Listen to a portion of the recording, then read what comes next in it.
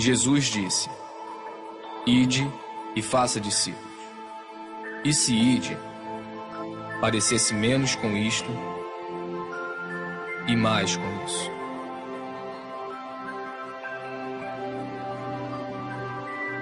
E se fazer discípulos parecesse menos com isto e mais com isso.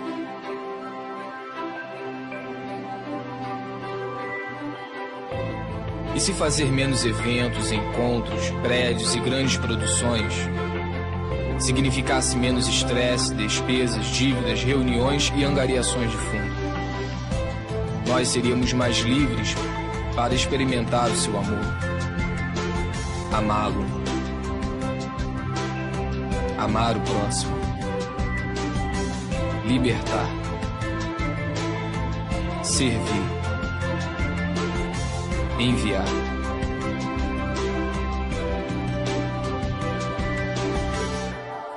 E se ao invés de fazer concertos, bazares, palestras, boletins e erguer prédios, nós fizéssemos mais discípulos para amar, cuidar e ensinar as pessoas, como Ele fez, e como Ele fez, e eles fizeram. Esta é a nossa missão. Este é o grande chamado. Amar, libertar, servir, ir onde se fizer necessário. Isto é discipulado. Isto é igreja.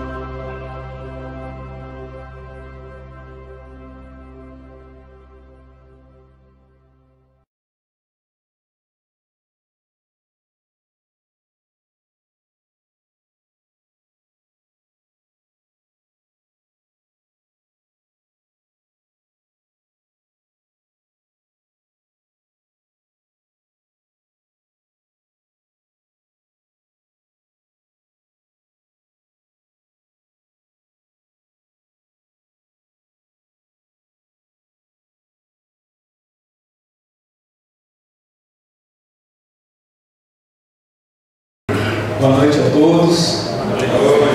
Que a paz do Senhor seja com todos. Sejam todos bem-vindos e muito bem-vindos.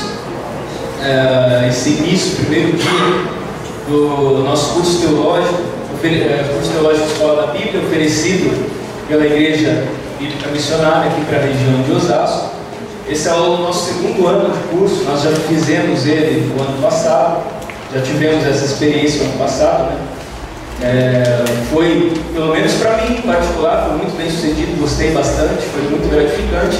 E por ver também algumas carinhas do ano passado outra vez, eu asseguro então que foi realmente bacana, foi muito bom. Antes de qualquer coisa, deixa eu me apresentar para vocês, para você que não me conhece.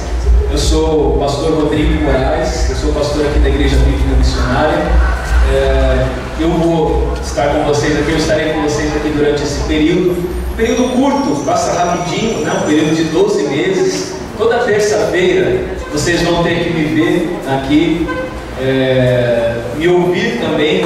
Não é uma tarefa muito fácil, é uma tarefa árdua, mas eu sei que vocês são pessoas de fé. Graças a Deus que o curso teológico são para pessoas crentes, né? Então vocês vão me ver aqui, me ouvir todas as terças-feiras, das 19h30 até as 22 horas. Vai ser uma bênção. Deixa eu me apresentar para vocês.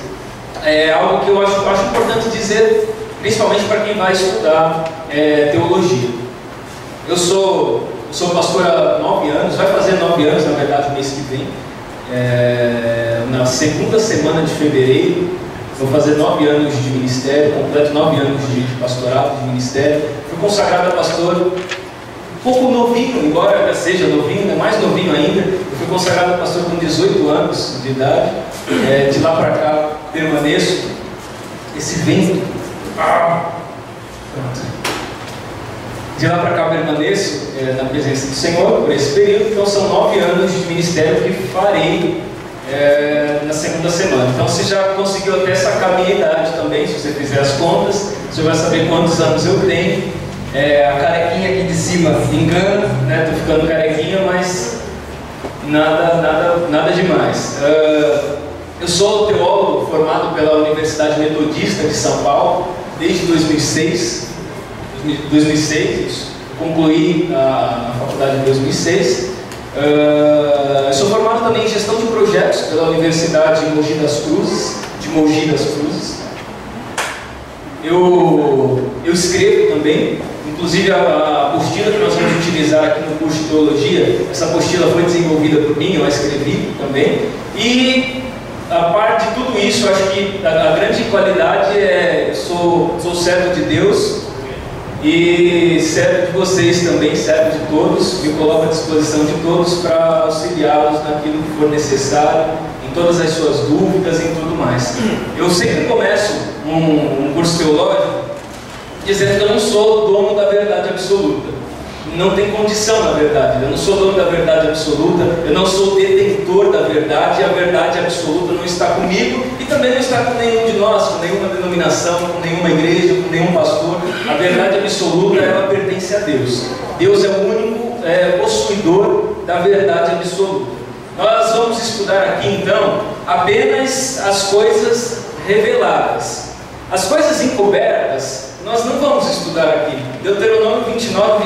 Acho que é o versículo que Deus usou para salvar os teólogos e estudiosos. Deuteronômio 29.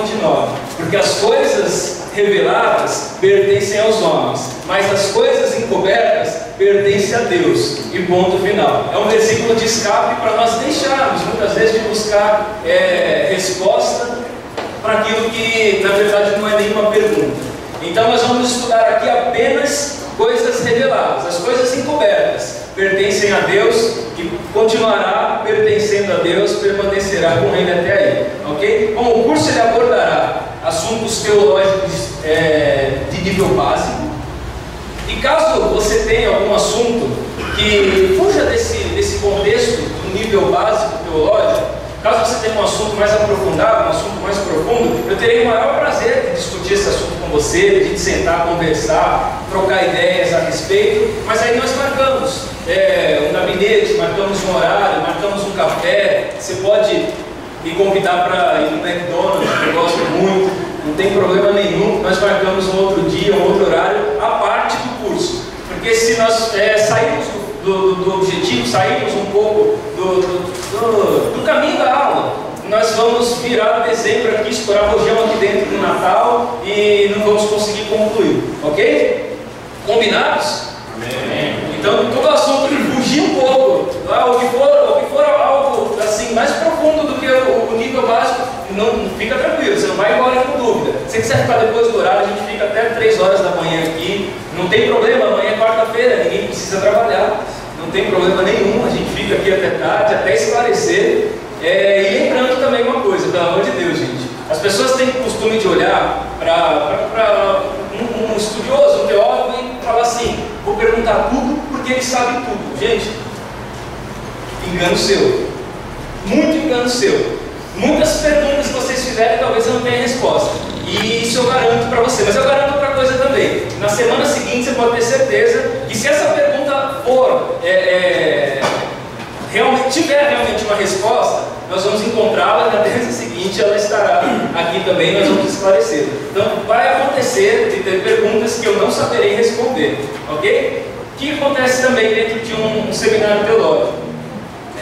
Muitas pessoas já vêm e a cabeça já vem naquela: eu vou descobrir como é que Jesus vai voltar e vai acabar o mundo e a gente vai ficar numa boa. Eu vou descobrir isso. Então isso é uma matéria escatológica e nós vamos estudar isso lá na frente. Eu falei isso no ano passado, as pessoas do ano passado já estão com um sorrisinho, né? Eu peguei no pé de vocês no ano passado. Nós vamos descobrir isso, nós vamos estudar isso, mas no momento oportuno. Então não adianta a gente estar falando de outra coisa.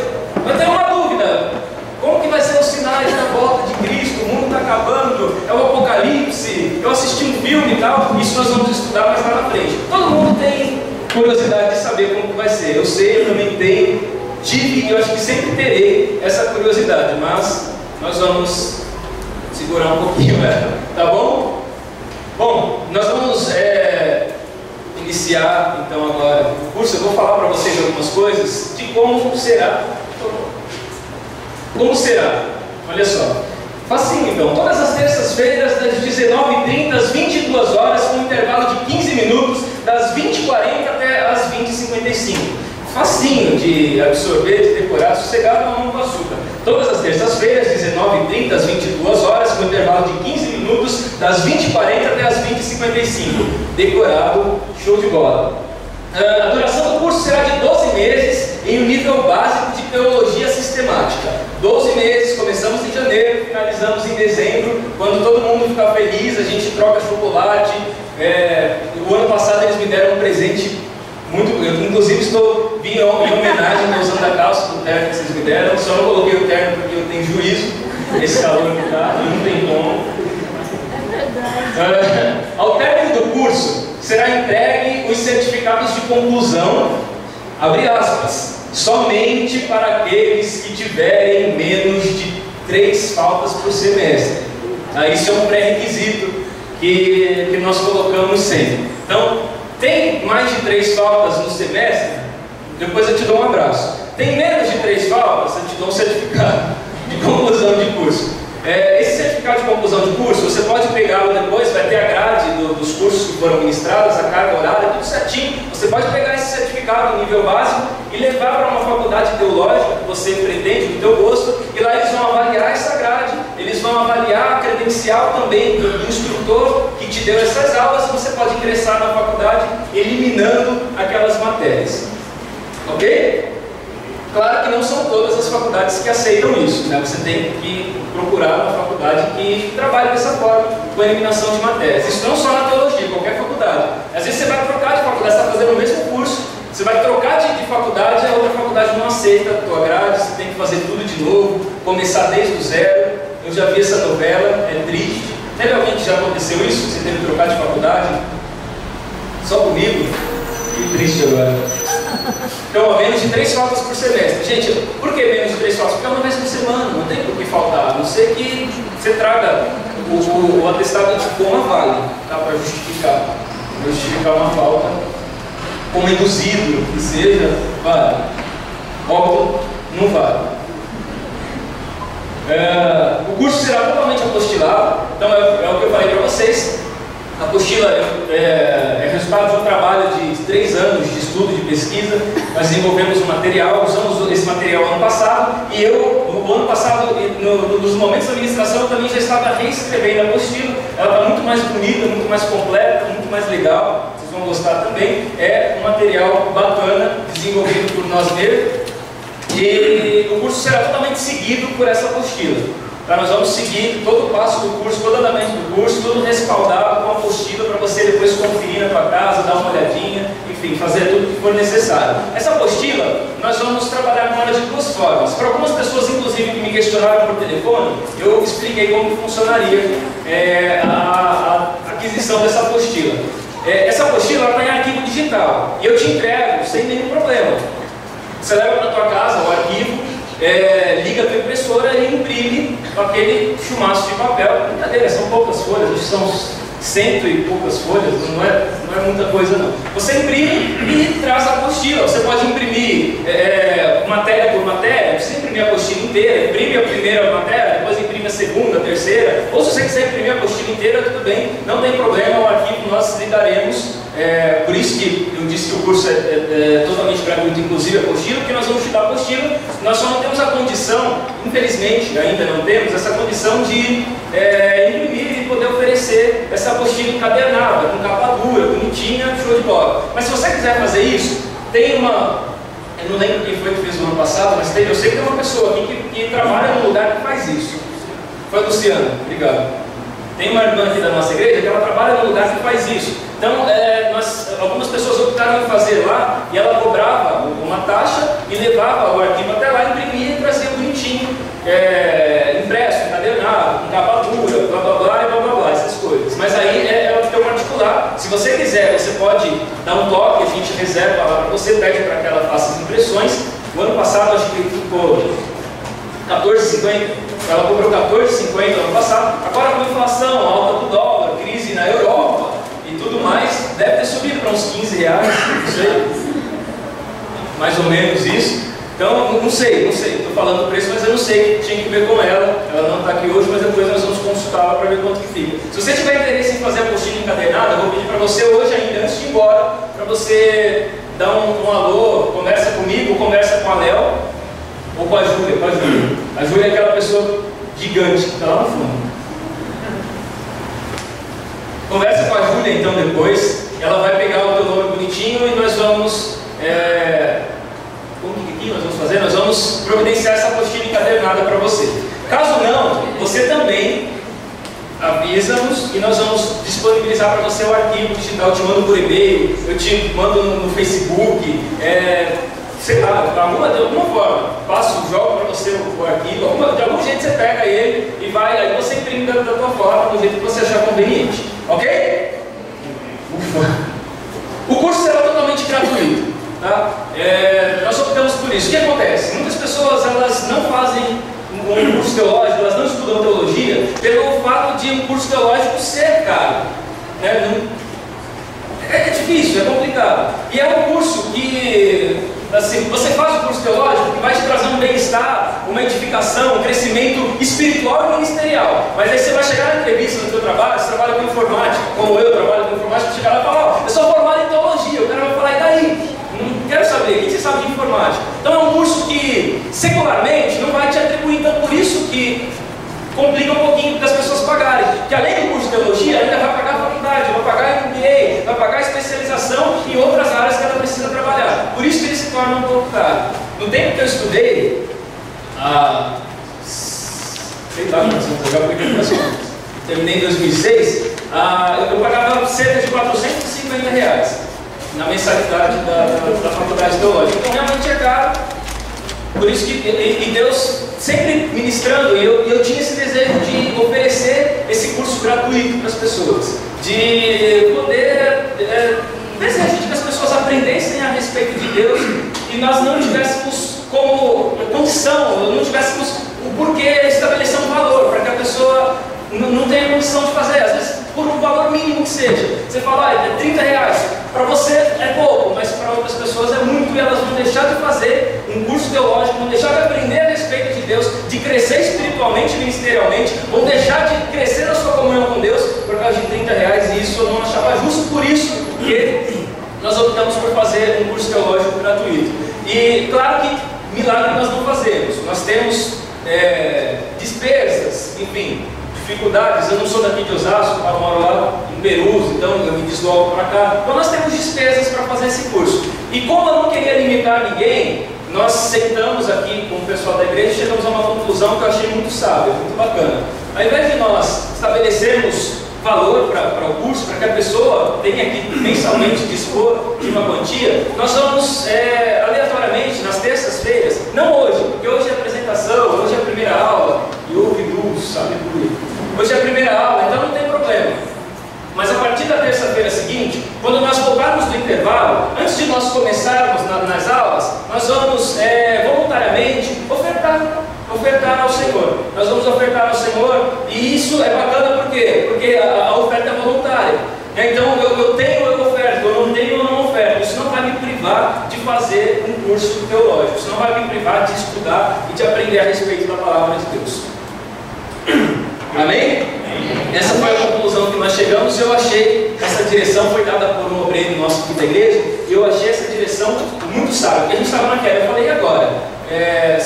Porque às vezes por menor que seja, R$30, R$20, vai ter gente que não vai conseguir fazer, porque para a gente olha e fala, poxa, é pouco, mas para outras pessoas é o dó não já, complica, né? É o McDonald's, é o leite das crianças, é alguma coisa, e não vai dar para fazer. Então, voluntariamente, eu acredito que a gente quebra então esse tabu de ter que cobrar um curso teológico, voluntariamente fazemos. Por que eu passei para vocês, antes de começar a falar tudo isso, me apresentando, eu passei para vocês a minha formação, passei para vocês o local onde eu me formei e o fato de eu ter me credenciado como teólogo.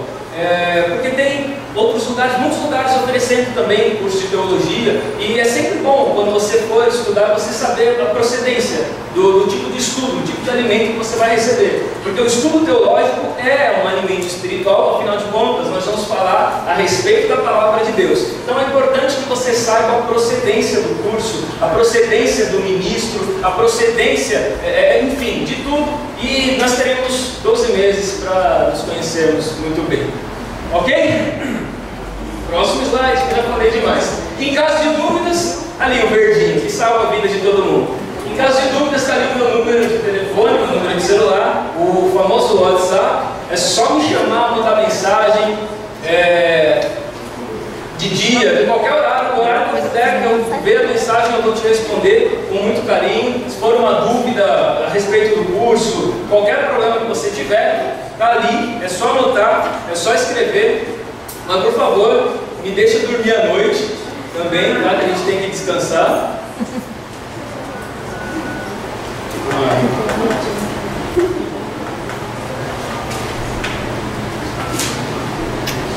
Todo mundo já anotou. Essas aqui são as matérias, então, a grade que nós vamos ver aqui do curso. Introdução ao estudo teológico, uma pequena introdução ao que é teologia, é o que nós vamos ver hoje aqui. Hoje, o conteúdo inteiro vai ser esse. Isso é uma aula apenas, é pouco tempo. A necessidade das Escrituras, a inspiração das Escrituras, a natureza de Deus, a natureza da igreja, o batismo, doutrina da Trindade, administração eclesiástica, angelologia, batalha espiritual, antropologia, bibliologia, cristologia, dons espirituais, eclesiologia, escatologia, martirologia, louvor e adoração, soteriologia, a natureza da salvação, a doutrina da justificação, profetas maiores, profetas menores, livros poéticos, Pentateuco, tanatologia e teologia, o estudo de Deus. Ufa! Essas são as matérias que nós veremos aqui, então, ao decorrer desses 12 meses. Essa é a grade. Fica tranquilo se você não anotou, porque depois eu vou disponibilizar esse slide na página do Facebook da Igreja Bíblica Missionária. Você entra lá e vê. Todo mundo tem a página. Curte lá a página que você vai receber notificação. Merchan, curte a página lá, você vai receber a notificação. Bom, vamos lá então. Muitas vezes, isso por maioria das vezes, para aprender algumas coisas, nós precisamos primeiro desaprender outras. Isso é um processo natural da vida. Para que você aprenda, muitas vezes é necessário que primeiro você desaprenda. Porque pessoas com um conceito formado a respeito de tudo, dificilmente param para ouvir e aprender outras opiniões, para se atentar a pessoas que pensam diferente de você, pessoas que têm uma ideia diferente, que entendem um texto diferente, que pensam diferente, que têm uma revelação diferente. Dificilmente, sem desaprender, eu vou aprender alguma coisa. Então, para que eu aprenda, eu tenho que estar disposto primeiramente a desaprender. Eu quero dizer para vocês que eu estou totalmente disposto a aprender com vocês também. Eu não sou o sabichão, sabe tudo, eu quero muito aprender com vocês e tenho certeza que vou aprender, porque o ano passado eu aprendi coisa demais, aprendi muita coisa, foi muito gostoso, eu tenho certeza que esse ano vai ser melhor ainda. Eu vou aprender com vocês também. Então, é necessário estar disposto. Está disposto a quebrar conceitos? Por que está disposto? Porque você pode ver assuntos que contrariam você e a sua crença. Passei a vida inteira, rapaz, pensando que era assim e é assado. Eu passei a vida inteira pensando que era assado e é cozido. Eu passei a vida inteira pensando que era desse jeito e é daquele. Então, algumas coisas podem contrariar o que você pensa e podem contrariar a sua crença. Então, é necessário você estar disposto a desaprender algumas coisas para que você aprenda outras coisas. Ok? Bonito! Qual o propósito desse curso, pelo amor de Deus? O propósito do curso é preparar pessoas para conhecerem mais a Deus, a sua palavra, a sua vontade e os seus propósitos. Esse é o único propósito desse curso. Conhecer a Deus, conhecer a sua palavra, conhecer a sua vontade e conhecer os seus propósitos. Esse é o nosso foco, o nosso objetivo aqui hoje. Pesquisa feita no Brasil em março de 2013 pela ICP. Essa é a pesquisa mais recente que nós temos a respeito dos cristãos no Brasil. O ICP, alguém conhece o ICP? Instituto Cristão de Pesquisas. Eles desenvolveram aquela Bíblia apologética. Vocês já viram a Bíblia apologética? Não? Aconselho para vocês, é muito bom. É uma Bíblia que, em todos os seus versículos, no rodapé, eles têm combates a seitas e heresias. Show de bola, muito bom. O ICP, então, o Instituto Cristão de Pesquisa, em março de 2013, eles fizeram uma pesquisa com os evangélicos no Brasil. cristãos, considerando apenas dentro do protestantismo, os cristãos protestantes, mais da metade, que é 51,43% dos pastores evangélicos do Brasil nunca leram a Bíblia inteira pelo menos uma vez. Nenhuma. Mais da metade. Mais de 70% dos cristãos entrevistados nunca leram a Bíblia inteira pelo menos uma vez, uma vezinha só. Mais de 40% dos cristãos, esse daqui me choca mais ainda, mais de 40% dos cristãos não creem que a Bíblia é um livro literal e totalmente inspirado por Deus. Acham que é parte inspirado, é parte palavra de Deus e parte palavra de homem. 40% dos cristãos no Brasil, aqui no nosso território. Apenas 16% dos cristãos leem a Bíblia diariamente, 14% leem a Bíblia uma vez por semana e 18% leem raramente. Aí você me pergunta, somando isso não dá 100%, e o restante deles? O restante não leem. O restante deles não leem nunca. Não leem, não tem nenhum contato, nenhuma relação com a palavra de Deus. Não conhecem, não pretendem conhecer, inclusive. Esses dados aqui você pode encontrar na internet, inclusive no site do ICP. Fazendo qualquer tipo de pesquisa, você vai encontrar essas informações lá. Isso pra gente é desastroso. Isso pra gente é terrível. Você imagina que mais da metade dos pastores do Brasil, 51,43%, nunca leram a Bíblia pelo menos uma vez. Gente, como que eu vou ensinar aquilo que eu não sei? Como que eu vou ensinar você a costurar se eu não sou costureiro? Como que uma mulher vai ensinar a gente a dirigir? Nessa hora que eu vou as cadeiras, gente. Brincadeira, olha só. Começou já, né? Tá demorando.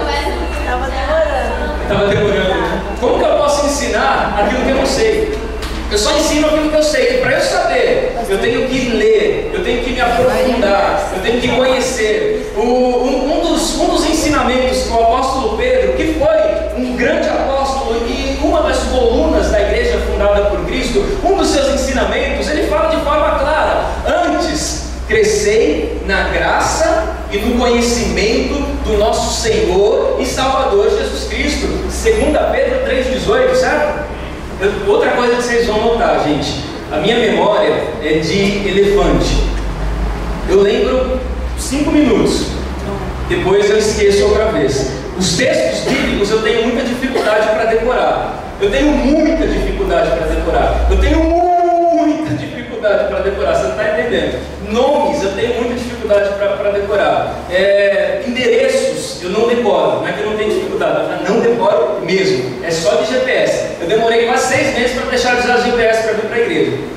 Você tem uma ideia, eu decoro rua, eu tenho uma certa dificuldade. Eu tenho que ler, muitas vezes eu pego um livro para ler, às vezes eu tenho que ler 2, 3 vezes o mesmo livro para eu poder extrair o conteúdo dele e decorar. A Bíblia, eu gosto muito de ler, sou um leitor nato da Bíblia. Eu li a Bíblia completa, de Gênesis a Apocalipse, 18 vezes. Agora eu não leio mais ela completa, eu leio só alguns livros, eu leio aleatório, mas completo, eu fiz o propósito que eu tinha de ler, eu li 18 vezes e não consegui decorá-la ainda por causa do Tico e do Teco, que saem de férias, ou enfim, não sei o que eles fazem. Eu preciso me relacionar com essa palavra. Se eu tiver intenção, algum tipo de intenção de conhecer a Deus para ensinar as pessoas, eu preciso primeiro me relacionar com a palavra. E o apóstolo Pedro falou isso de forma clara: cresça na graça e cresça no conhecimento. Qual que é o problema da igreja brasileira? O problema da igreja brasileira é que ela cresce muito na graça. Você entra na igreja, está pegando fogo, tem cadeira voando, é gente de ponta cabeça, é o aviãozinho, é o helicóptero, é fantástico, eu adoro, muito bonito.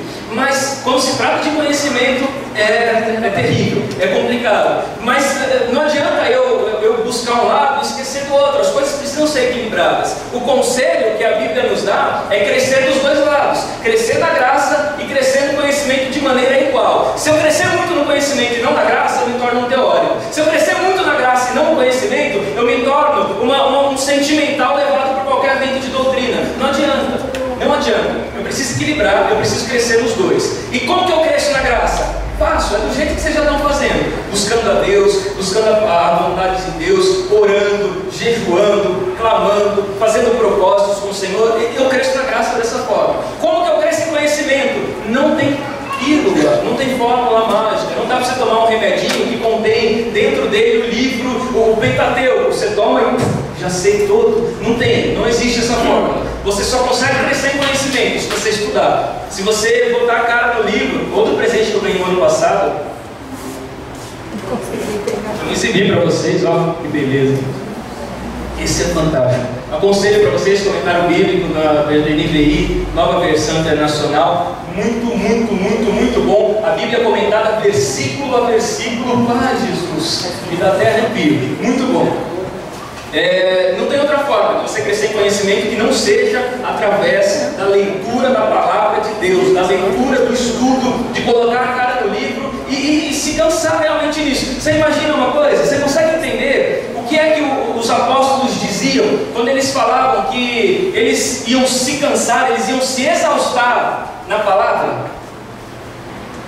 É ler, e se alimentar, e comer, e ler outra vez, e reler, e ler em outras traduções, e ler de outra forma, e você ora e leia.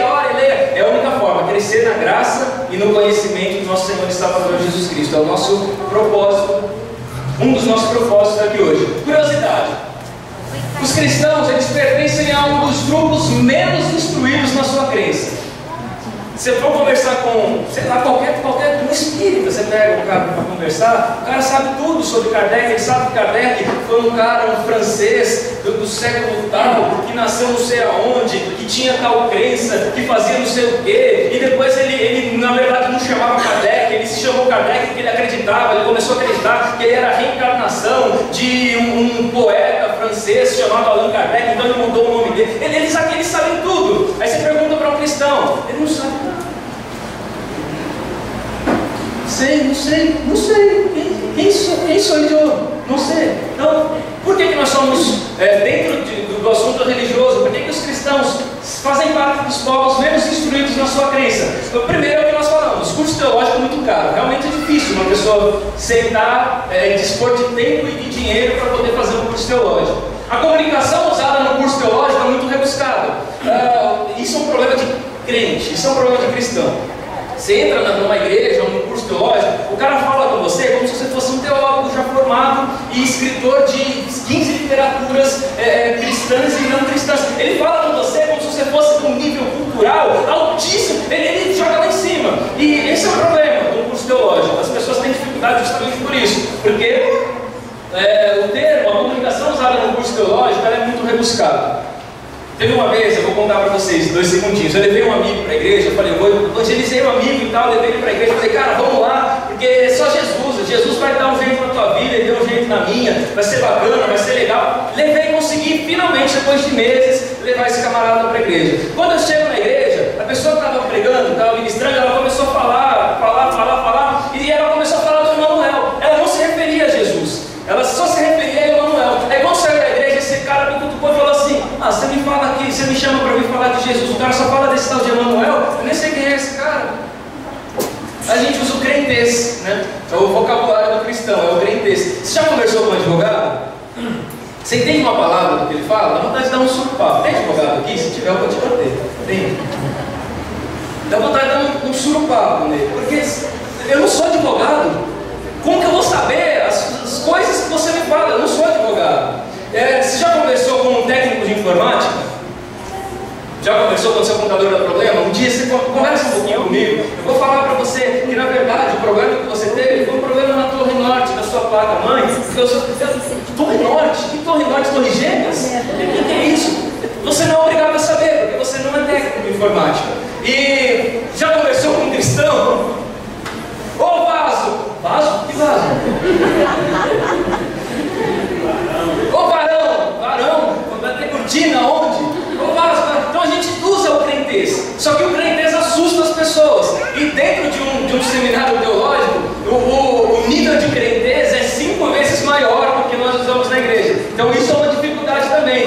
A outra dificuldade é por falta de tempo. Muito trabalho fora da igreja e muito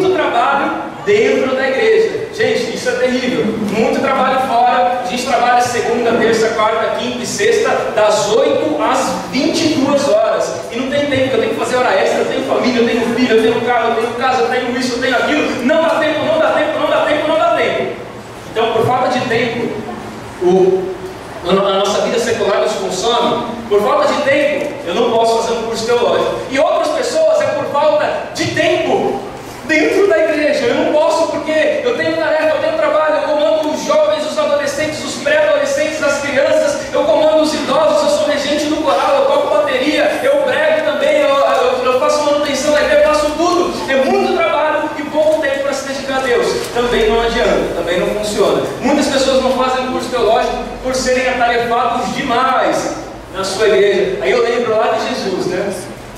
Marta,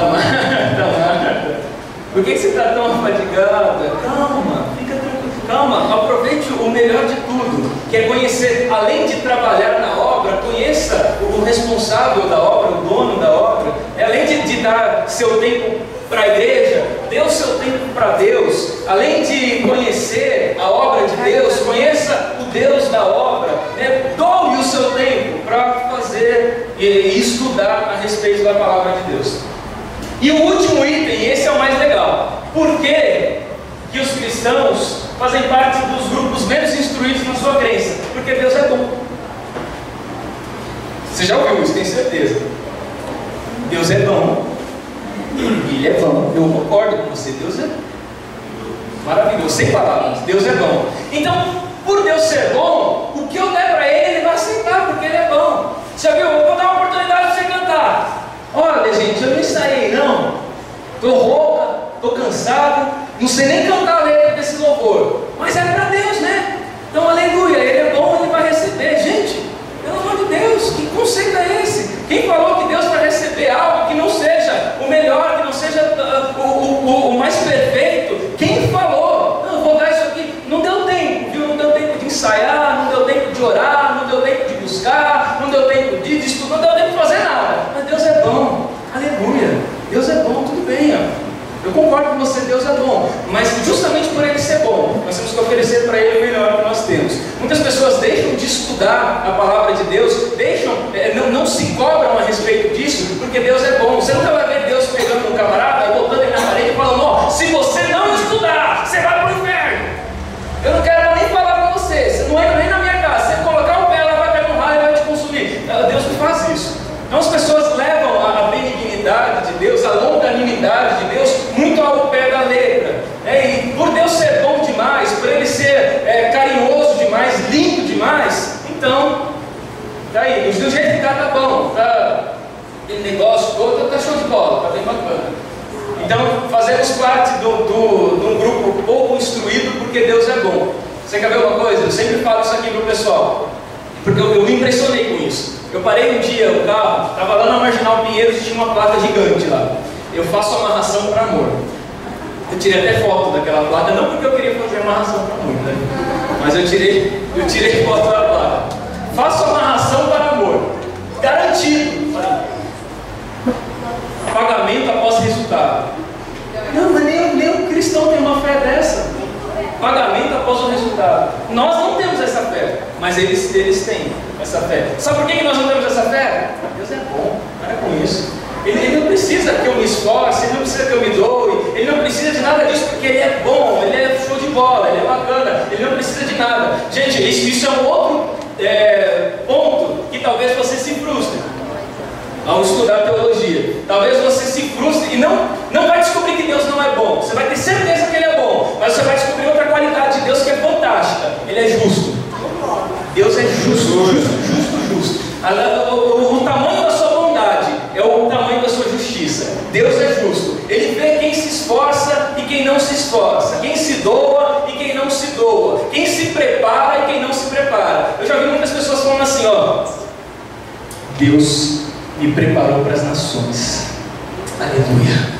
Mas você não está preparado nem para duas pessoas. Você não está preparado nem para o bairro onde você mora. Como que Deus te preparou? Deus me chamou para as nações. Ele te chamou para as nações. Mas você só vai, meu filhão, se estiver preparado. Senão você não vai nunca sair do lugar onde você está. A não ser que você se prepare. Não, minha preparação é do Espírito Santo. Aleluia. Concordo com você. A Bíblia diz que o Senhor te fará lembrar de todas as coisas. Mas pensa numa coisa. Você só pode lembrar daquilo que você sabe. Se você não souber, você não vai lembrar. Não tem como lembrar do que não sabe. O estudo da palavra de Deus é fundamental. Embora seja tão negligenciado em muitos lugares e muitos cantos por aí, ele é fundamental. Principalmente para quem sabe que tem um ministério, que tem uma chamada de Deus. Deixa eu fazer essa pergunta só por curiosidade. Quem trabalha na igreja? Em alguma coisa, qualquer coisa. Nem que seja acender a luz. Quem trabalha na igreja? Quem tem vontade de trabalhar na igreja? Eu estou nos dois, eu trabalho e quero trabalhar cada vez mais, se Deus quiser, me permitir. principalmente para quem tem um trabalho na igreja, ou quem deseja trabalhar, ou quem sabe que tem uma promessa, uma chamada sobre si, gente, é necessária capacitação. Quando Deus te chama, Ele te dá um período, esse período é o período da capacitação. Quando chegar um dia, Ele não vai te jogar no meio do fogo sem você saber de nada, você pode ter certeza disso, tenha certeza disso. Deus, Ele não nos permite fazer as coisas de qualquer forma, porque o profeta Jeremias já nos alertou a respeito disso. Maldito é aquele que faz a obra do Senhor negligentemente, ou fraudulentamente, ou relaxadamente. Acarreta sobre si maldição. Eu tenho certeza que ninguém quer isso. Não fazemos a obra de Deus para trazer retaliação e maldição, mas sim para atrairmos bênçãos para nós e para as pessoas que nos cercam. Esse é o meu propósito, pelo menos. Próximo. Porque muitas pessoas temem teologia. Isso eu tenho certeza que você já ouviu. Eu não vou fazer teologia porque eu conheço alguém que fez teologia e se esfriou na fé. Não crê mais em nada. Virou um incrédulo sem vergonha, miserável, que agora é o tapete do diabo. Perdeu toda a unção que tinha. Abriu a torneirinha e vazou toda a unção que tinha. Acabou a pessoa. Acabou o cristão, acabou. Já ouviram isso, né? Já? Cansei de ouvir isso já. Eu conheci fulano que conheceu o Beltrano, que era amigo de fulano, que tinha um rapaz lá na vila que ele morava, na Vila Velha, que fez teologia. Ele era fogo puro, e de repente ele não é mais fogo puro, de repente não sei o quê. Por que as pessoas temem tanto teologia? Porque algumas pessoas ligaram para mim por causa da placa do anúncio no Facebook, você vai acreditar ou não, ligaram para mim, me mandaram um e-mail, mensagem para falar assim, ó, por que você está fazendo isso com as pessoas? O que você está oferecendo para as pessoas a degola? O que você está dando para elas a oportunidade de elas se perderem? Eu falei, gente, eu só quero estudar a palavra de Deus. Qual que é o mal nisso? Qual que é o problema? Porque eu conheço fulano, conheceu o Beltrano, que é amigo de ciclano, que é parente de fulano, que esfriou na fé. Eu falei, se ele esfriou na fé, o problema é dele. Eu fiz teologia e nunca esfriei, me aqueci, ainda mais me aqueço quase todo dia. Ele se esfria na fé, não quem faz teologia, mas quem deixa de buscar Deus, quem deixa de adorar a Deus, quem deixa de servir a Deus, quem não compreende os propósitos de Deus. Leia a parábola da semente. A semente caiu ao pé do caminho, é a semente que caiu e as aves de rapina comeram, é a semente que caiu no meio dos espinhos. Aquela que cai em boa terra, ela frutifica, semeia e gera frutos a 30, 60 e 100 por 1. Por que muitas pessoas temem a teologia? Porque não conhecem, porque nunca estudaram, porque só ouviram falar. Não conhecem teologia ou porque acham que conhecem, porque já viram uma má teologia, já tiveram maus exemplos, já tiveram maus espelhos, já olharam com maus olhos e por isso julgam tanto, temem tanto estudar teologia. O que é teologia, então, pelo amor de Deus, que nós estamos falando disso e não paramos? Teologia é uma palavra grega. Theos significa Deus e Logos significa palavra ou estudo, ou sabedoria. Logo, não significa um estudo acerca de Deus. E como que um estudo acerca de Deus pode ser uma coisa maléfica e não benéfica? Como que um estudo acerca de Deus pode ser ruim, pelo amor de Deus?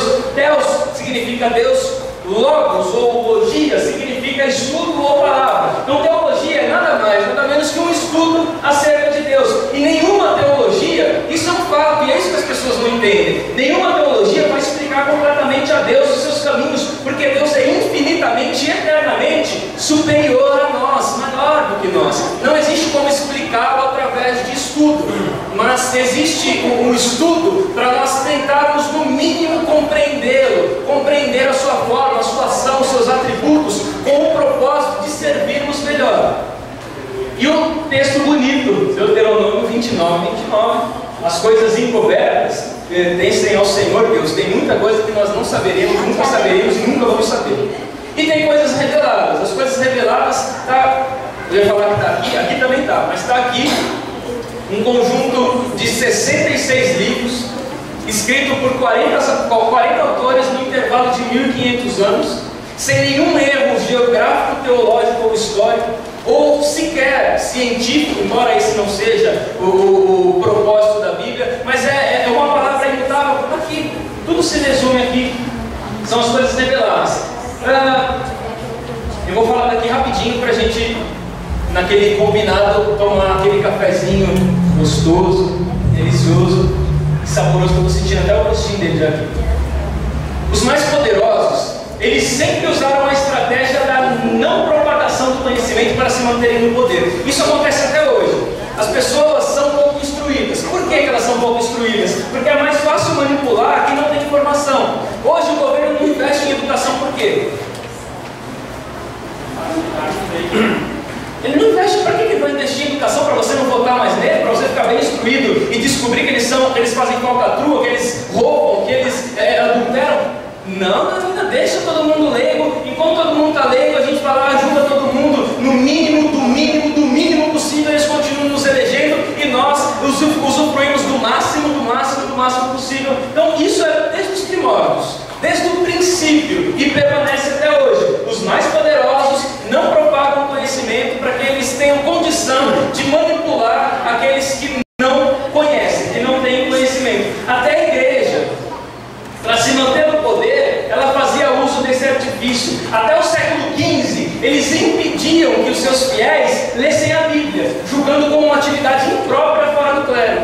Se você for pegar um livro de história, a história da igreja, a história dos hebreus, de Flávio Joseph, qualquer livro de história antiga, seja uma literatura cristã ou não cristã, você vai ver que a igreja até o século XV, ela proibia as pessoas de lerem a Bíblia. Ler a Bíblia é uma tarefa para o clero só. Só os bispos, arcebispos, padres e papas, ler a Bíblia é só para eles. Eles instruem e o que eles falarem vocês acreditam, porque eles representam Deus e eles possuem a autoridade de abrir e fechar as janelas dos céus quando bem entenderem.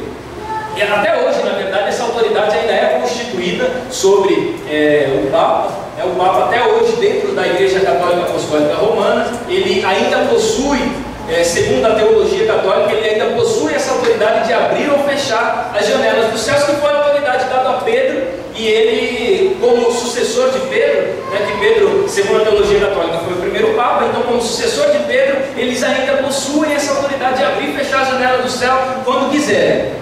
E isso dentro do século XV, ainda no século XV, isso era notório. Ninguém podia ler a Bíblia, ninguém podia se envolver com a Bíblia. Até que no século XV, um menino, um jovem, ele faz uma promessa para Deus. E dentro dessa promessa que ele faz para Deus, essa promessa se cumpre, ela se realiza, e ele vai cumprir essa promessa. Ele prometeu dar a sua vida em serviço da obra de Deus. E ele então vai lá, se matricula numa igreja, e ele vira coroinha, e vai crescendo, vai crescendo, vai crescendo, e vai estudando muito, vai adquirindo muito conhecimento, muita roupa, vai crescendo bastante, e esse menino chega a se tornar um monge. Ele chega a se tornar um dos grandes líderes da igreja do século XV.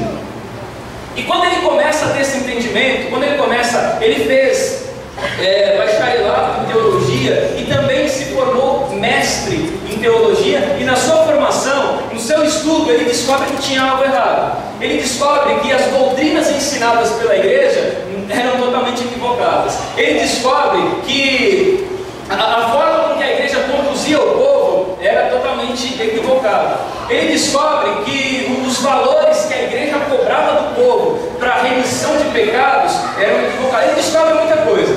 E de tudo isso que ele descobriu, de todas essas coisas, ele fez uma publicação de 95 teses.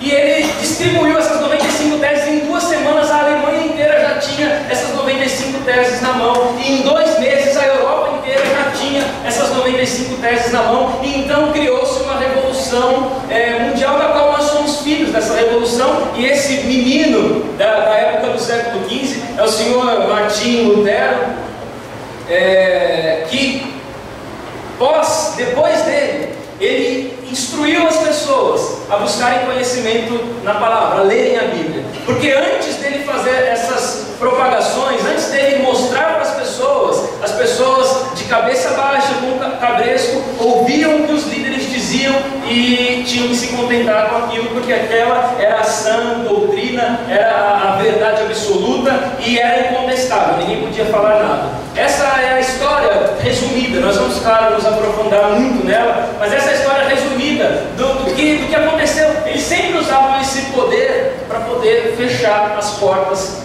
e manipular realmente as pessoas, fechava as portas do conhecimento para o povo, para que eles pudessem manipular as pessoas. Ainda hoje, isso também é de partir o coração. Ainda hoje, muitas falsas religiões e doutrinas crescem assustadoramente no Brasil e são bem aceitas pela maioria. Esse é o problema. Tudo isso pela ausência do conhecimento. Hoje, todos os dias, nasce uma nova igreja com uma nova doutrina, com uma nova heresia, uma nova seita, e ela é muito aceita pelas pessoas. Os brasileiros aceitam, são um povo caloroso, um povo receptivo, e recebem todas as coisas que vêm de fora. Por isso que nós temos uma confusão teológica no Brasil, que é sobremaneira. O país mais confuso, um dos países, mais confusos teologicamente é o Brasil. Porque aqui existe uma crença para o que você quiser. Existe uma igreja para o que você quiser. Existe uma doutrina para o que você quiser. Existe um pensamento para o que você achar legal. Existe algo que se adequa à sua vida. É como uma roupa, sabe? Você bota, se ficou bem, é essa. Se não ficou, você tira, bota outra. A outra se sentiu bem, então tá bom. Nós temos uma confusão teológica pela falta de conhecimento. E todos os dias nós somos invadidos por seitas, heresias, criadas aqui e trazidas de fora, que roubam as pessoas, a sua fé e o seu conhecimento. Por que então estudar teologia? Nós vamos fazer um break agora de 15 minutinhos. Vamos tomar café, tomar sorvete, tomar chá, tomar água, tomar Coca-Cola, sei lá o que mais que nós vamos tomar. Então vocês fiquem à vontade. Aqui no fundo tem banheiro masculino e feminino, e no fundo também tem cantina, caso você tenha vindo direto do trabalho e esteja com fome. Tem alguma coisa lá para você comer, tem alguma coisa para você beber, e tem alguma coisa lá. Quando você ouvir um sinalzinho bem ignorante mesmo, que é alto, o negócio é alto, aí você volta correndo para cá que nós já estamos retornando com a aula, tá bom? Descansar. Até aqui tudo tranquilo? Amém. Até porque não vimos nada que vocês não sabem, nada espetacular, nada espetaculoso. Mas vamos lá agora, vamos começar um degrauzinho para baixo, só para dar uma aguinha na boca, tá? Na verdade, na semana que vem a gente já começa efetivamente com matéria. Semana que vem nós vamos ver bibliologia, a doutrina das Escrituras. Já vamos entrar em assunto já mesmo, muito bom, muito bacana. Já vai ser um alimento mais gostoso de digerir. Vamos lá. Por que estudar teologia? Então, o que você está fazendo aqui? Já parou para se perguntar, o que eu estou fazendo aqui? Por que estudar teologia?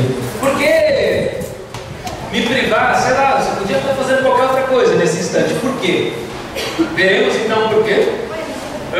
O primeiro ponto para se estudar teologia, gente, é fundamental para se livrar da axiologia. A axiologia é uma ciência que atinge muitas pessoas, atinge um povo muito grande. Eu acho que é assim, eu acho que é assado, eu acho que é dessa forma, eu acho que é desse jeito, alguém me falou que é assim, é a axiologia. E muitas pessoas, inclusive, criam doutrinas em cima de coisas que ela acha. Essa é a axiologia. Eu acho que é desse jeito. Então eu vou ensinar todo mundo que eu acho. Eu vou ensinar todo mundo que é desse jeito porque eu acho que é desse jeito. E eu não ensino, eu não posso ensinar algo que eu acho. A não ser, claro, que eu coloque entre aspas. Gente, não tenho certeza disso. A minha opinião a respeito é tal. Mas o normal de tudo é que se tenha respeito. Que se tenha conhecimento a respeito. Que se tenha respeito também, tá? Por favor. Respeito. Você só pode praticar aquilo que você conhece. Se você não conhece, você não pratica. Se você não pratica, você está perdido. Porque a palavra de Deus foi feita para ser praticada. E Tiago fala isso, não é? Ele fala que semelhante a um homem que olha no espelho, que olha no espelho a sua imagem e logo já se esquece dela. Assim é o homem que ouve a palavra de Deus e não pratica. A palavra de Deus ela foi feita para ser praticada e não só estudada, não só ouvida. Então, o primeiro ponto, se livrar da axiologia. As pessoas precisam de certeza. As pessoas precisam saber para onde vão, como que elas vão chegar até lá e o que elas podem encontrar no caminho, como se livrar das barreiras que elas vão encontrar no caminho. Elas precisam de certeza. E eu estudo teologia para me livrar da axiologia, para me livrar dos conceitos de homens que criam doutrinas baseadas nos seus pensamentos. Apenas isso. Vamos lá. Por que eu estudo teologia? Porque o povo de Deus perece por falta de conhecimento. Já dizia o nosso amigo, quem? Oséias. Já dizia o nosso amigo Oséias: o meu povo perece porque lhe falta conhecimento. Você já meditou nesse texto? Já se aprofundou nele? Um minutinho que seja. Um minutinho parar para meditar nele. O meu povo perece porque lhe falta conhecimento. Você vê que ele não fala: o meu povo perece porque lhe faltam portas abertas. O meu povo perece porque lhe falta prosperidade. O meu povo perece porque lhe falta poder do alto. O meu povo perece, sei lá, o meu povo perece porque lhe falta conhecimento. E todo mundo que não conhece acaba perecendo. Nós somos enganados diversas vezes por não conhecer. Quando você para teu carro no mecânico, se você não for um mecânico como eu, que para mim carro ele precisa de gasolina e de água, mas a água eu não coloco. Quem coloca é o homem do posto. E se um dia eu precisar colocar, eu vou, não sei, vou ter que dar um jeito ali, pegar o manual. Para mim, esse é o carro. Eu levo o carro no mecânico, se ele falar para mim: ó, vou ter que trocar o motor, eu vou falar o que para ele? Eu não conheço. Eu troco o motor, eu te pago tudo que eu tenho que pagar em paciência, porque eu não conheço e as pessoas perecem porque faltam conhecimento. E os cristãos perecem justamente porque ele falta conhecimento. Não é porque ele falta poder, porque ele falta portas abertas, porque ele falta prosperidade, mas o povo perece pela simples falta de conhecimento. Por que estudar teologia? Para não ceder aos falsos ensinamentos. 2 Timóteo 4,3. Um conselho para vocês: as epístolas pastorais, 1 e 2 Timóteo e a epístola de Paulo a Tito, são epístolas pastorais, possuem ensinamentos lindos e fantásticos a respeito da vida cristã hoje. São fantásticas, porque virá tempo em que não suportarão a sã doutrina, mas tendo comichão nos ouvidos, amontoarão para si doutores, conforme as suas próprias concupiscências, ou os seus próprios desejos desenfreados, conforme as suas próprias vontades. Não suportarão a sã doutrina. Então, para não ceder a falsos ensinamentos, porque falsos ensinamentos estão à tona aí em todos os lugares, e as pessoas hoje estão com muito comichão nos ouvidos, como disse Paulo para Timóteo: mas tendo comichão nos ouvidos, amontoarão para si doutores que lhes ensinem aquilo que elas querem aprender, não aquilo que elas precisam aprender.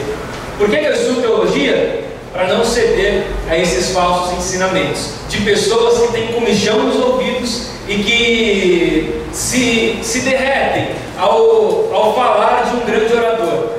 Para isso que eu estudo teologia. Volto já. Uma folha invadindo aqui, mas eu já botei ela para fora. Fiquem tranquilos. Por que eu estudo teologia? Porque não tem maneira melhor de conhecer a Deus do que através da sua palavra. Conhecer a sua vontade, seus atributos e o seu plano para nós. Muita gente não sabe o que Deus tem para mim, por que eu estou aqui, quem sou eu. Nós saberemos disso através do conhecimento da palavra. Então eu estudo teologia porque não tem uma maneira de conhecer melhor a Deus do que a palavra de Deus, do que a Bíblia, do que não tem maneira melhor de conhecer a vontade de Deus senão através da sua palavra. Por que eu estudo teologia? Porque existe um chamado de todos nós. Tem gente que fala assim: ó, eu não tenho chamado nenhum.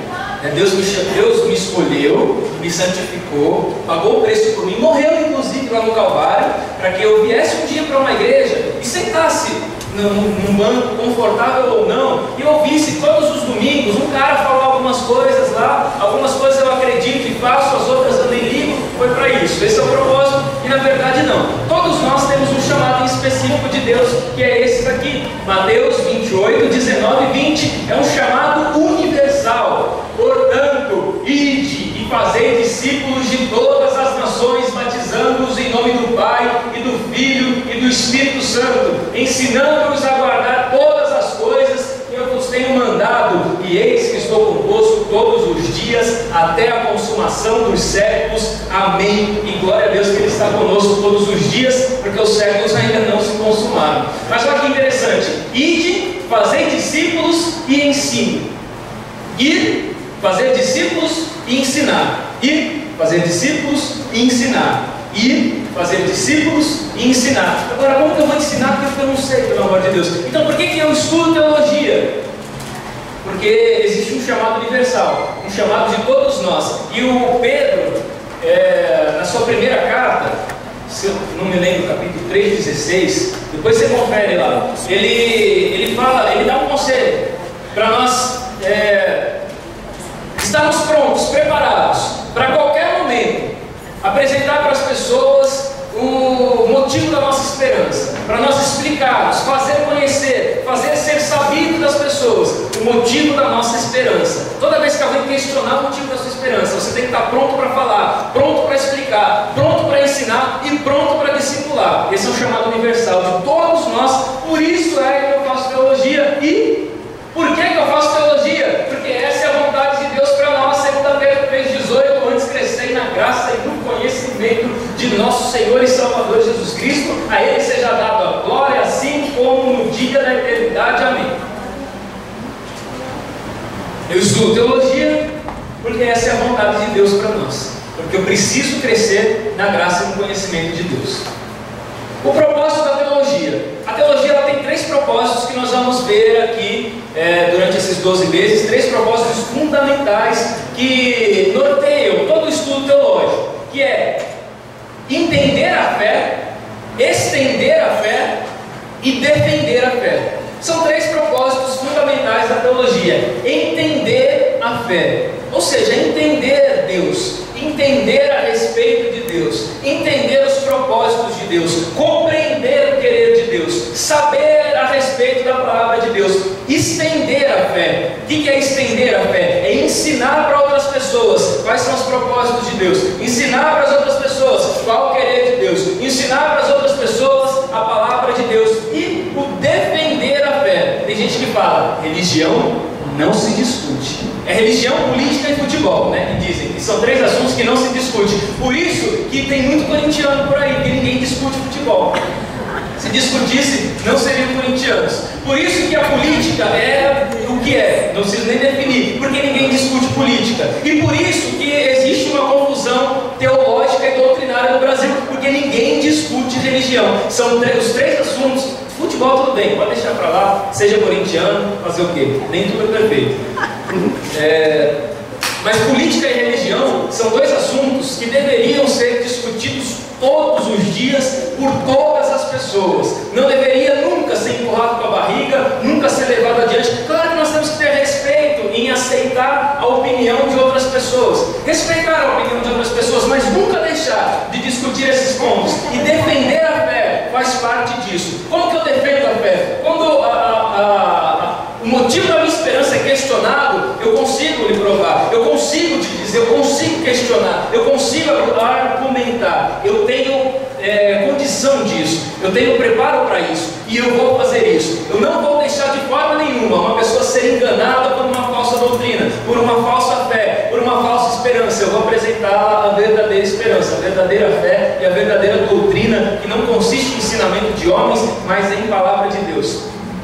Entender a fé, estender a fé e defender a fé, os 3 propósitos fundamentais. Sobre qual religião então nós vamos aprender aqui? Qual é a religião que nós vamos aprender? Para entendermos isso, nós temos que saber primeiro o que é religião. Religião, ela vem do latim religare, vocês já devem ter ouvido isso em algum lugar.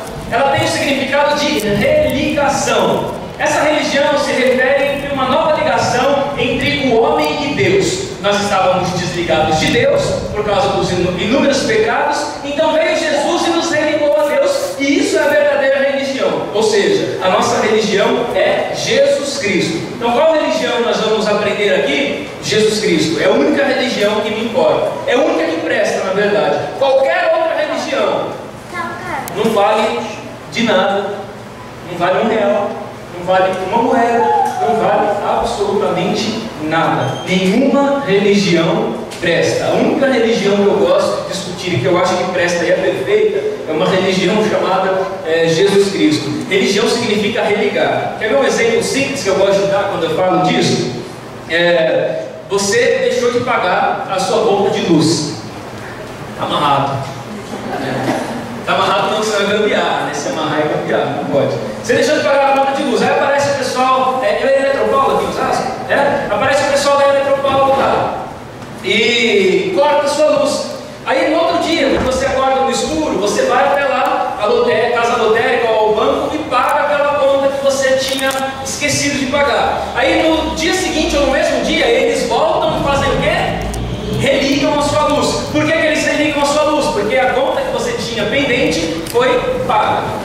Calma que vai cair, gente. Só a conta que você tinha foi paga. Então, religião é justamente isso. Nós tínhamos um débito que nós não poderíamos pagar, e Jesus veio e pagou aquele débito que nós tínhamos. Então, ele, pagando esse débito, nos religou outra vez com Deus. Nós somos religados com Deus. Isso é religião.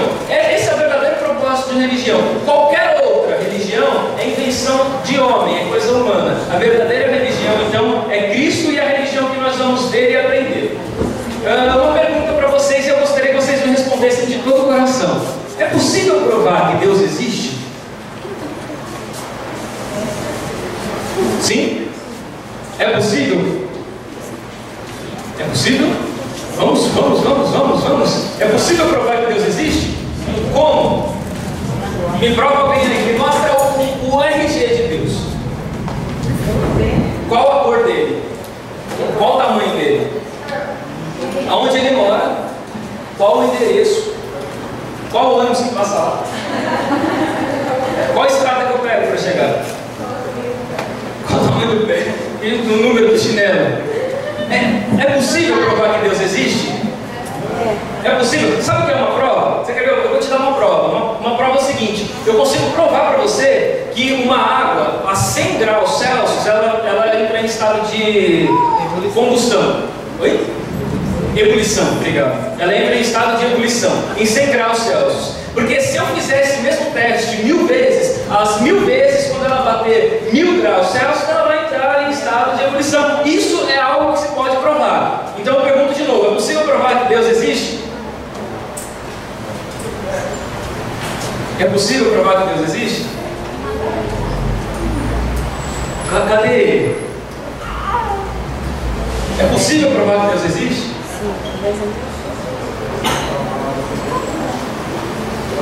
Não, pela fé, mas a fé não é método. A fé é fé. A fé é intangível.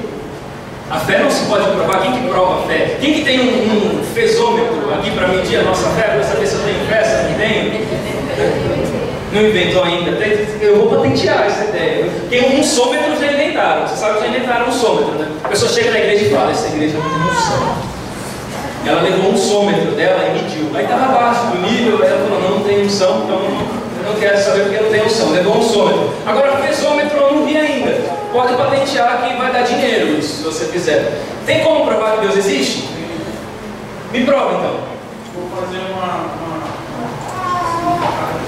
Não, eu quero um método lá. Eu quero um método. Da mesma forma que você me prova que essa cadeira está aqui. Oi? Não, isso não é método científico. Não. Já. Sim, então. Já sentiu bem. Mas o meu sentir não é método científico. Por exemplo, eu sinto arrepio, eu sinto cansaço, e eu não posso provar essas coisas. Não posso. Eu não posso provar. Gente, eu acredito, pelo amor de Deus, eu acredito que Deus existe, tá, gente? Não duvidem disso. Eu acredito, eu só estou questionando vocês, mas eu acredito que Deus existe. Eu só estou querendo dizer que, gente, é impossível comprovar que Deus existe. Porque se fosse possível provar que Deus existe, não existiria ateus no mundo. A gente saía por aí para todo mundo falar: vem cá, deixa eu te mostrar, esse aqui é Deus, tá vendo a foto, o céu que nós tiramos? Não tem céu com Deus. Ninguém tirou, nunca vi ninguém postando no Facebook assim, ó. Ninguém, não tem céu. É impossível provar que Deus existe. Deus nós aceitamos através da fé. Hebreus capítulo 13. Nós aceitamos Deus através da fé. A fé é o firme fundamento das coisas que se vê, que não se vê, aliás, que é a prova das coisas que se esperam. Todo aquele que se aproxima de Deus, olha o conselho, todo aquele que se aproxima de Deus deve crer que Ele exista. Eu tenho que crer na existência de Deus. E se eu estou vendo Deus, eu não preciso de fé mais. Para que eu vou querer fé se eu estou vendo? Eu sei que você está aqui. Eu sei que você está aqui. Eu não preciso de fé para saber que você está aqui, porque eu estou te vendo. Agora, para saber que Deus está aqui, eu preciso de fé, porque eu não estou vendo Ele. Então, por isso eu não posso comprovar que Ele está aqui fisicamente, de uma forma científica, do jeito que o mundo espera que Ele seja comprovado. Não tem como. O que as pessoas querem? Deus existe, então me mostra Ele. Deus existe, então me dá uma foto dele. Me manda, marca Ele no Facebook, no comentário. Não tem como provar que Deus existe. Agora, é É possível provar que Deus não existe? Também não. Da mesma forma que é impossível provar que Deus existe, também é impossível provar que Deus não existe. É impossível uma pessoa dizer, assegurar, da mesma forma, com a mesma consistência, ela assegurar que Deus não existe. É impossível. É totalmente impossível. Então, da mesma forma que eu não consigo provar que Deus existe, eu também não consigo provar que Deus não existe. Então, como saber quem Ele é? Qual o seu tamanho, a sua força, a sua expressão, sua grandeza, sua imensidão? Se eu não consigo provar que Ele existe, você aceita Deus através da sua fé. Se você não tiver fé, você não aceita Deus. No entanto, tem muita gente no mundo que não aceita Deus. São os famosos ateus. Eles não acreditam que Deus existe. Por quê? Porque eles nunca viram Deus. E eles não acreditam que Ele existe, mesmo não podendo provar que Ele não existe. E também não podemos provar que Ele existe. Então fica uma incógnita e ninguém acredita por isso. Mas como saber? Um comentário simples. Se Deus desejasse, Ele próprio poderia simplesmente aparecer e provar para o mundo inteiro que Ele existe. Você acha que não? Se Ele quisesse, Ele não poderia aparecer e falar: gente, é o seguinte, todo mundo olha para mim, eu sou Deus, estou aqui e estou de olho em vocês tudo. Ele podia fazer isso. Mas se Ele fizesse isso, não haveria mais necessidade de existir a fé. É o que está lá em João 20, 29. Disse-lhe Jesus: porque me vistes, Tomé, creste? Bem-aventurados que não viram e ainda assim creram.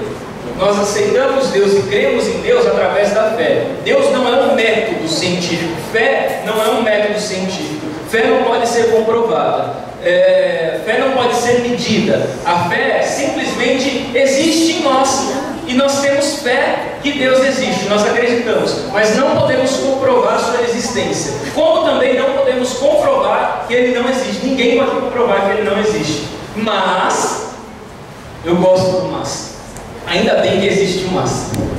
Existem alguns argumentos nas entrelinhas da história do universo que deixam claro que por detrás da criação do mundo existe um Criador inteligente. Isso é um fato. Existem argumentos na história, nas entrelinhas da história, que deixam claro que por detrás da criação do mundo existe sim um Criador inteligente. Existe um alguém que arquitetou tudo isso que funciona. Porque tudo que funciona, funciona e funciona muito bem. Funciona perfeitamente, existe uma harmonia perfeita. E essa harmonia perfeita é o que o salmista disse: os céus proclamam a glória de Deus e a terra a sua existência. Então, pela fé, nós aceitamos isso, entendemos isso.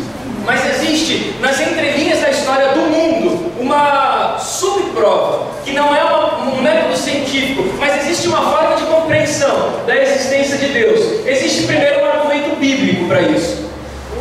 O argumento bíblico. Gente, na aula que vem nós vamos falar sobre bibliologia. Bibliologia, nós vamos estudar a fundo as escrituras, os seus escritores, a sua inspiração, a sua canonização. Nós vamos estudar tudo a respeito da Bíblia. A Bíblia, dentro da essência da sua palavra, a Bíblia significa biblioteca, bíblios, ou livros, rolos. Essa biblioteca ela é composta por 66 livros, que foram escritos por 40 autores diferentes, no intervalo de aproximadamente 1500 anos. Demorou-se um período de 1500 anos até que ela fosse canonizada. Ela foi escrita por povos diferentes, em localizações geográficas diferentes. Ou seja, ela tinha tudo para dar errado.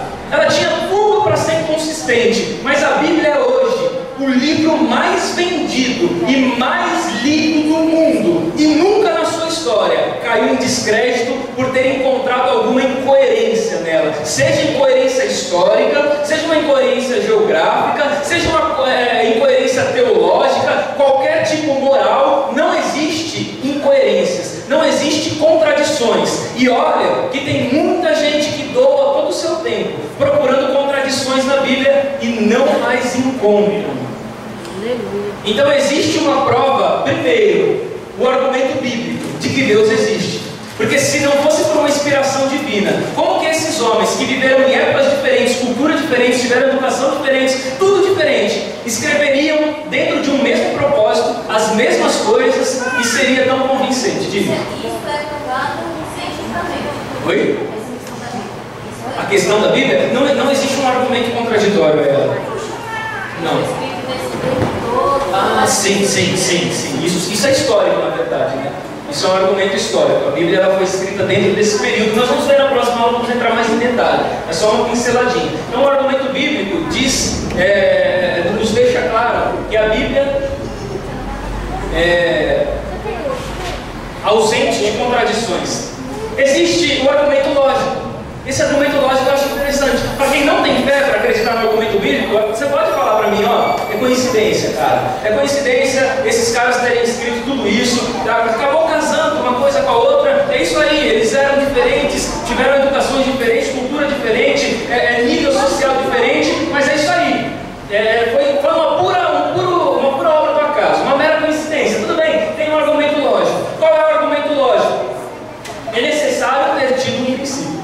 Isso é fundamental. Isso é fundamental dentro do estudo científico, isso é fundamental dentro do estudo teológico, isso é fundamental dentro do estudo histórico, isso é fundamental dentro de qualquer área de estudo. Tem que ter tido um princípio. Como tudo isso começou? Esse é o maior problema dos evolucionistas, aquelas pessoas que creem que o mundo ele partiu de uma evolução. Os evolucionistas eles defendem a tese de que o mundo é evolução, que é o choque das moléculas e elas começaram a evoluir em um processo de milhões de anos, virou um animal marinho que saiu da água, começou a rastejar e tal, e hoje é você bonito, inteligente, simpático e cheiroso. Isso é o que eles defendem, mas eles param num princípio, eles param num problema.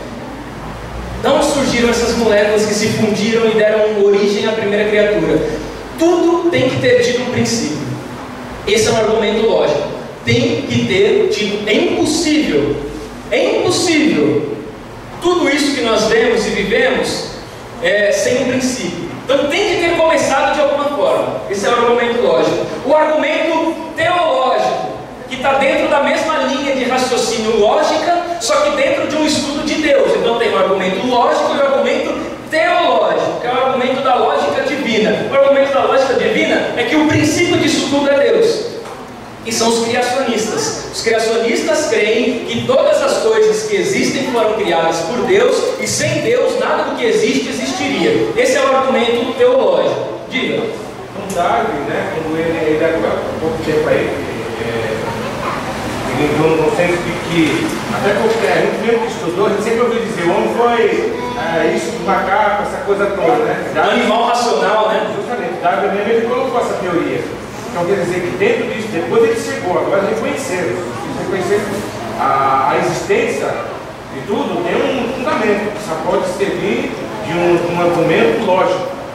Seria ali, no caso, necessário de ter tido um princípio. Isso. E é esse princípio que eles não conseguem explicar. Eles tentam explicar dali para frente, dali para trás não tem explicação. Nós não conseguimos imaginar. Então, dentro do argumento teológico, dizemos que esse princípio é Deus. Dentro do argumento científico, eles dizem que esse princípio foi a fusão das duas moléculas que deram origem ao universo, tudo que nele existe. Tudo bem, é a forma de crença deles. Então, nós só trocamos as coisas. Eles acreditam na explosão, no Big Bang, no acaso, e nós trocamos o acaso por Deus. É o argumento teológico.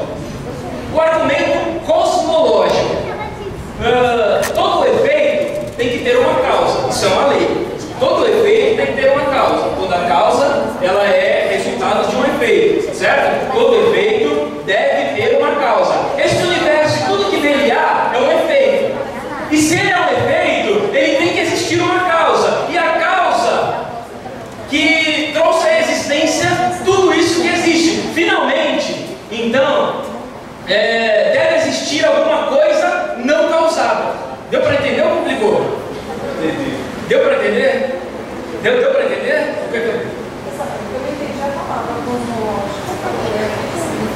Um argumento cosmológico, quer ver? Deixa eu tentar resumir. Na minha cabeça está claro, mas eu não sei se eu vou te complicar mais ainda se eu te falar. Não, é uma linha de raciocínio. Quer ver?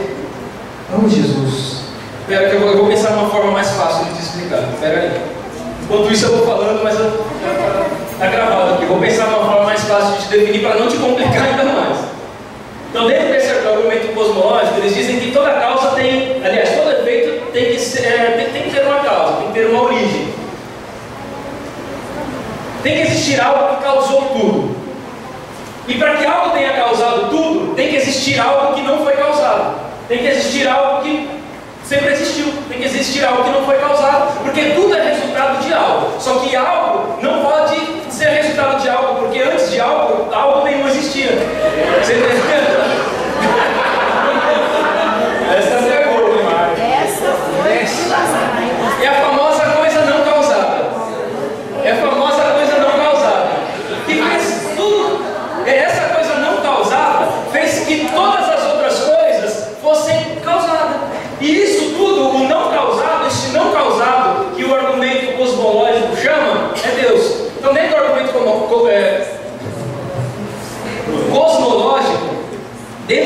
cosmológico, vou te explicar, vou achar uma definição mais simples. Dentro do argumento cosmológico, tudo que existe é resultado de algo, mas esse algo tem que subsistir acima de tudo, porque tudo é efeito dele, mas eles não conseguem nomear ele, o não causado. O não causado dentro da nossa fé é Deus. Deus é não causado e todos nós somos causa somos efeito da sua ação. O argumento moral que eu acho mais legal também, acho muito bom esse argumento. Todas as culturas, através da história, têm alguma forma de lei. Todas as culturas. Todo mundo tem um senso de certo e errado. Assassinar, mentir, roubar e agir de forma imoral são coisas que quase universalmente rejeitadas. De onde veio esse senso de certo e errado, se não de um princípio de um Deus que é santo? Como que as pessoas têm esse senso? Esse argumento moral, como que todas as culturas, mesmo sem ter tido nenhum tipo de instrução, como que todas essas culturas têm um senso de moralidade? Porque Deus, dentro da sua grandeza, é um Deus totalmente moral. Diga. Quer dizer? Não? Então não? Tudo bem.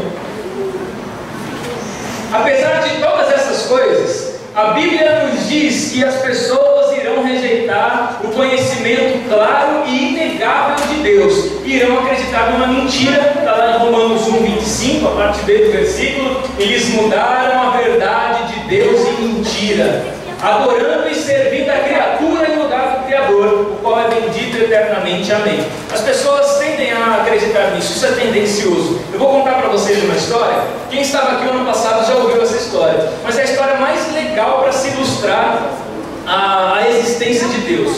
É a história mais fantástica dentro da minha concepção. Você que já esteve aqui o ano passado, você vai se lembrar dessa história e vai ouvir de novo. Você que não ouviu, vai ouvir pela primeira vez, acredite.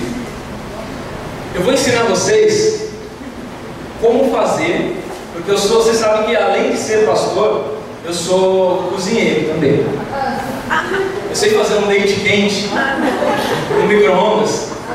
É de queimar a boca, gente, é uma delícia. Não sei, né? Tá me entregando. É que eu tomo gelado por causa do calor, por isso que eu não sei explicar. Eu vou ensinar vocês a como fazer um bolo de cenoura com cobertura de chocolate. Vocês gostam? Gostam? Não? Então só um pedaço é meu. Eu vou ensinar vocês como fazer um bolo de cenoura com cobertura de chocolate. Vocês sabiam que existem duas formas de fazer um bolo de cenoura com cobertura de chocolate. A primeira forma é uma forma convencional que quase todo mundo faz. Você vai até o mercado com aquela listinha, aquele papel escrito que a sua mulher possivelmente escreveu, aí você vai e fica perdido no corredor meia hora para encontrar todas as coisas. Finalmente você consegue comprar os ovos, compra leite, compra a cenoura, compra o chocolate, a barra de chocolate. E o que mais precisa do bolo? Só manteiga. Você compra farinha é importante para fazer um bolo. Você viu como eu sou um bom cozinheiro? Fermento também, senão não cresce, né, gente? Pelo amor de Deus. Eu tinha falado já do fermento, você que não viu. Você compra tudo que precisa comprar, chega em casa, pega todo aquele material, quebra os ovos bonitinho, joga os ovos lá no trequinho, lá na forma, mexe lá. Eu sei que primeiro você tem que jogar a parte branquinha, depois a amarelinha, depois você bate lá bonitinho, deixa ele certinho, passa a manteiga na forma para não grudar, depois você. É assim que faz, não é? Ainda é assim? Eu sei que eu vi minha avó fazendo bolo, era assim. Vocês já inventaram uma forma que não gruda, e eu estou falando aqui, vocês vão olhar e falar, cara, ultrapassado, passa a manteiga na forma ainda. Untar. Depois de untar a forma, você joga todo aquele ingrediente por cima, e depois você vem com aquele chocolate bonito que você comprou, aquela barra da Nestlé, derrete um pedaço daquela barra joga por cima e faz uma calda deliciosa, leva ao forno, deixa exatos 30 minutos no forno, e quando o seu forno começa a pitar, você sai correndo, veste aquela luva na mão e pega aquele bolo, tira e coloca em cima da mesa, e ali está um delicioso bolo de cenoura com cobertura de chocolate. Só um detalhe, a cobertura depois que tiver assado. É depois que tiver assado. Você tinha que me sacanear, né? É que eu gosto de chocolate assado. Vocês entenderam isso? Tudo bem, então depois que você tira, você derrete o chocolate e derrama o chocolate em cima do bolo, e ali está um lindo bolo de cenoura com cobertura de chocolate. É uma delícia, eu senti o gostinho e o cheirinho dele. Mas existe uma segunda forma de se fazer um bolo de cenoura com cobertura de chocolate. Você encomenda todo o material e ele vai vir de longe, porque você está num lugar que não tem abastecimento de nenhum ingrediente que você precisa. E esse material ele vem de longe via um caminhoneiro. E esse caminhoneiro coloca no baú do seu caminhão os ovos, coloca o leite, coloca a cenoura inteira, coloca a barra de chocolate lacrada, ele coloca a farinha fechada, tudo bonitinho, e ele vem feliz da vida, ouvindo o louvor diante do trono, do caminhão, e cantando: esse é um tempo de festa, dirigindo normal, como quem não quer nada. Só que de repente aquele homem ele se ilude com a música que ele canta, ele estava tocado por ela, ele não percebe que a curva era fechada, e ele tenta fazer uma curva e perde o controle do caminhão, e ele toma aquele caminhão, o caminhão vira e é uma ladeira gigantesca. E naquela ladeira, no final dela, tem uma casa, um muro de concreto gigante construído, e o alto daquele caminhão é aquele muro de concreto. E ele vai descendo aquela ribanceira, e descendo, balançando, balança daqui, balança de lá, balança. E enquanto o caminhão balança, os ovos, a caixinha de ovos se abrem, e os ovos se quebram e caem dentro daquela panela, e conforme ele vai girando, os ovos vão se mexendo, vão se misturam, aí abre o saco de farinha e derrama a medida exata de farinha dentro daquela panela, e ele continua mexendo, porque o caminhão está caindo, e está balançando, e tudo vai jogado leite lá dentro, tudo que precisa. Aí eles juntam aquela forma também, a manteiga abre e cai um pedacinho, e ela vai deslizando também na forma, fica bonitinho, e vem aquele negócio por cima, e cai a cobertura de chocolate, tudo bonitinho. Aí de repente, naquela batida, naquela virada, o caminhão se choca com um muro e explode. Aí chama o bombeiro vem correndo, ele socorre as vítimas, todos estão bem, não aconteceu nada. Deus guardou o motorista, que ele estava ouvindo diante do trono e era um cristão, e ele estava lá tranquilo, e os bombeiros apagam o fogo, e quando eles apagam o fogo, eles olham no meio daqueles destroços, e lá está um lindo bolo de cenoura com cobertura de chocolate. Uma delícia. Vamos ser sinceros? Você acredita que um bolo de cenoura com cobertura de chocolate pode ser feito dessa forma? Até porque, se você é mulher cozinheira, sabe que dá trabalho para fazer. Agora, isso é incrível, isso que me choca. Nós não acreditamos que um bolo de cenoura com cobertura de chocolate, que vai conter ali por volta de 12, 15, 16 ingredientes, ele não pode ser fruto de um acaso, ele não pode ser fruto de uma explosão. Mas o homem, que é o ser mais complexo do universo, que não possui 16 ingredientes que compõem o seu corpo, mas o homem ele possui uma estrutura de mais de 10 trilhões de células, mais de 4 quadrilhões de interligações e ramificações dentro do nosso corpo. Nós acreditamos que esse ser foi fruto de uma explosão, foi fruto do acaso, foi fruto do nada. Nós não acreditamos que o bolo pode ser feito, mas nós acreditamos que o homem pode ser fruto do acaso. O homem pode surgir do nada. O homem pode surgir aleatoriamente. O maior argumento que Deus existe é você. Você é o maior argumento que Deus existe. Você é a maior prova da existência de Deus, porque não é à toa que a Bíblia diz que você é imagem e semelhança do Senhor. Se você é imagem e semelhança de Deus, você é uma prova viva de que Deus existe, e você tem que ter tido um princípio. Você sabia que teve um homem na Bíblia nada, um homem que viveu até esses tempos atrás, aí ele estava aí, um cara que usava um óculos desse tamanho e tinha um cabelo espichado assim. Ele inventou uma tal de teoria da relatividade. Você já ouviu falar dele? Já ouviu? Já ouviu falar da teoria da relatividade? Albert Einstein. Tem até um hospital, né? E a gente passa lá direto. É baratinho a consulta. Tem um hospital dele lá, Albert Einstein.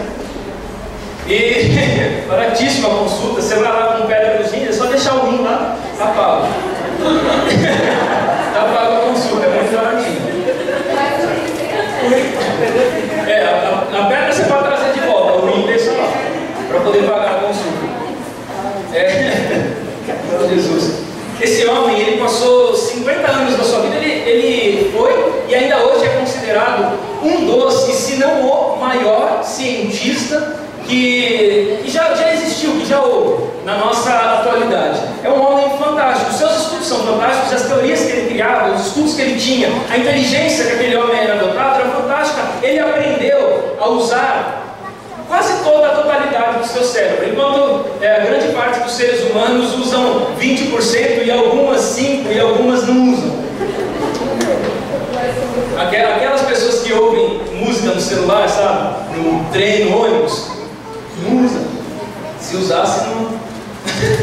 Se usasse, não ia ouvir música atrapalhar a gente. Ele passou 50 anos da sua vida para provar algo que tinha que ser provado. Ele estudava os corpos celestes, ele estava estudando as estrelas. E dentro da sua teoria, antes dele, se acreditava que a estrela ela tinha um corpo físico. Era um pedaço de algo que brilhava no céu, e quando morria, aquele algo apagava e caía e entrava em órbita, sei lá. Isso era acreditado, e ele defendia a teoria de que a estrela não tem um corpo físico. A estrela é um ajuntamento de gases apenas que brilha no céu. Ele defendia essa teoria e ele passou 50 anos da vida dele provando essa teoria, e antes de morrer ele conseguiu provar. Hoje é cientificamente comprovado que as estrelas não possuem um corpo físico. A estrela é um ajuntamento de gases que brilha bonitinho no céu. Ela não possui um corpo físico. 50 anos. Gênesis capítulo 1 já dizia isso, e foi escrito há 4.000 anos atrás. Ele perdeu 50 anos, bastava perder 5 minutos para poder ler Gênesis capítulo 1. Mas, bom, ele provou. E antes de morrer, esse homem mais sábio, um dos homens mais sábios e conceituados, ele deixou uma frase, e essa frase saiu na revista Veja, eu não me lembro a edição, mas se você buscar no histórico, você consegue encontrar inclusive na internet. Ele deixou uma frase da seguinte forma: por detrás da criação do ser humano existe um Criador inteligente, porque tudo não pode ter surgido do nada. Fantástico. Ele fechou a vida com chave de ouro. Fechou, fantástico. Por trás da criação do ser humano existe um Criador inteligente.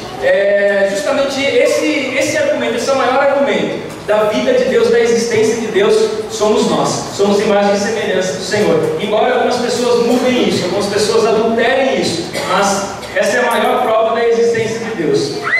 Por que as pessoas afirmam que Deus não existe? Poxa, as pessoas afirmam não acreditar em Deus porque não é científico, ou porque não há provas. A verdadeira razão, na verdade, é que uma vez que as pessoas admitam que há um Deus, elas também precisarão se dar conta de que devem ter responsabilidades para com Deus. Muitas pessoas não admitem a existência de Deus porque é muito mais legal, muito mais fácil se viver como se Deus não existisse. Eu não preciso dar satisfação para ninguém, eu não preciso obedecer ninguém, o meu Deus sou eu. Eu determino onde eu vou, o que eu faço, com quem eu vou, quais são os meus limites, eu determino. Eu não preciso dar satisfação para ninguém. Então, para muitas pessoas isso é uma âncora. O fato de não poder se comprovar cientificamente, de não haver provas de que Deus existe, é uma bela de uma desculpa para as pessoas viverem a sua vida dissoluta, sem dar nenhum tipo de satisfação. Se Deus existe, então nós devemos prestar contas das nossas ações a Ele. Se Deus não existe, então nós podemos fazer o que quisermos, sem termos de nos preocupar com o seu julgamento sobre nós. Essa é a maior verdade, dentro do meu ponto de vista, do porquê que as pessoas desacreditam na existência de Deus. Porque elas querem viver na boa, elas querem viver tranquilo, querem viver sossegado, querem viver mamão com açúcar, não precisa dar satisfação na minha vida para ninguém, eu faço o que eu quiser, vou para onde eu quiser, bebo o que eu quiser, fumo o que eu quiser, faço tudo que vier na mente. Lembrou de uma musiquinha, né? como que é? Pago tudo que consumo com suor do meu emprego, do meu dinheiro, sei lá. A pessoa faz tudo o que quiser. Deus não existe. Eu sou o meu próprio Deus e eu coloco os meus próprios limites. Agora, se as pessoas acreditam que Deus existe, então eu tenho que dar satisfação para alguém. Que existe alguém superior a mim, existe alguém que está no comando. E quem está no comando precisa receber satisfação. Quem está no comando é quem dá as ordens. Quem está no comando é quem estabelece os limites. E, puxa, aí fica chato. Eu não vou poder fazer isso, eu não vou poder fazer aquilo outro é proibido, aquilo outro é errado, isso vai me levar para o inferno. Então vamos fazer o seguinte: Deus não existe. É muito mais fácil, é muito mais bacana. Como provar então a imensidão de Deus? Gente, não existe. Não existe uma prova científica de que Deus exista. Mas existe um argumento fantástico da existência de Deus. O maior argumento que somos nós. Nós somos a melhor forma, a maior expressão e a melhor criação, inclusive, das mãos de Deus. Somos nós.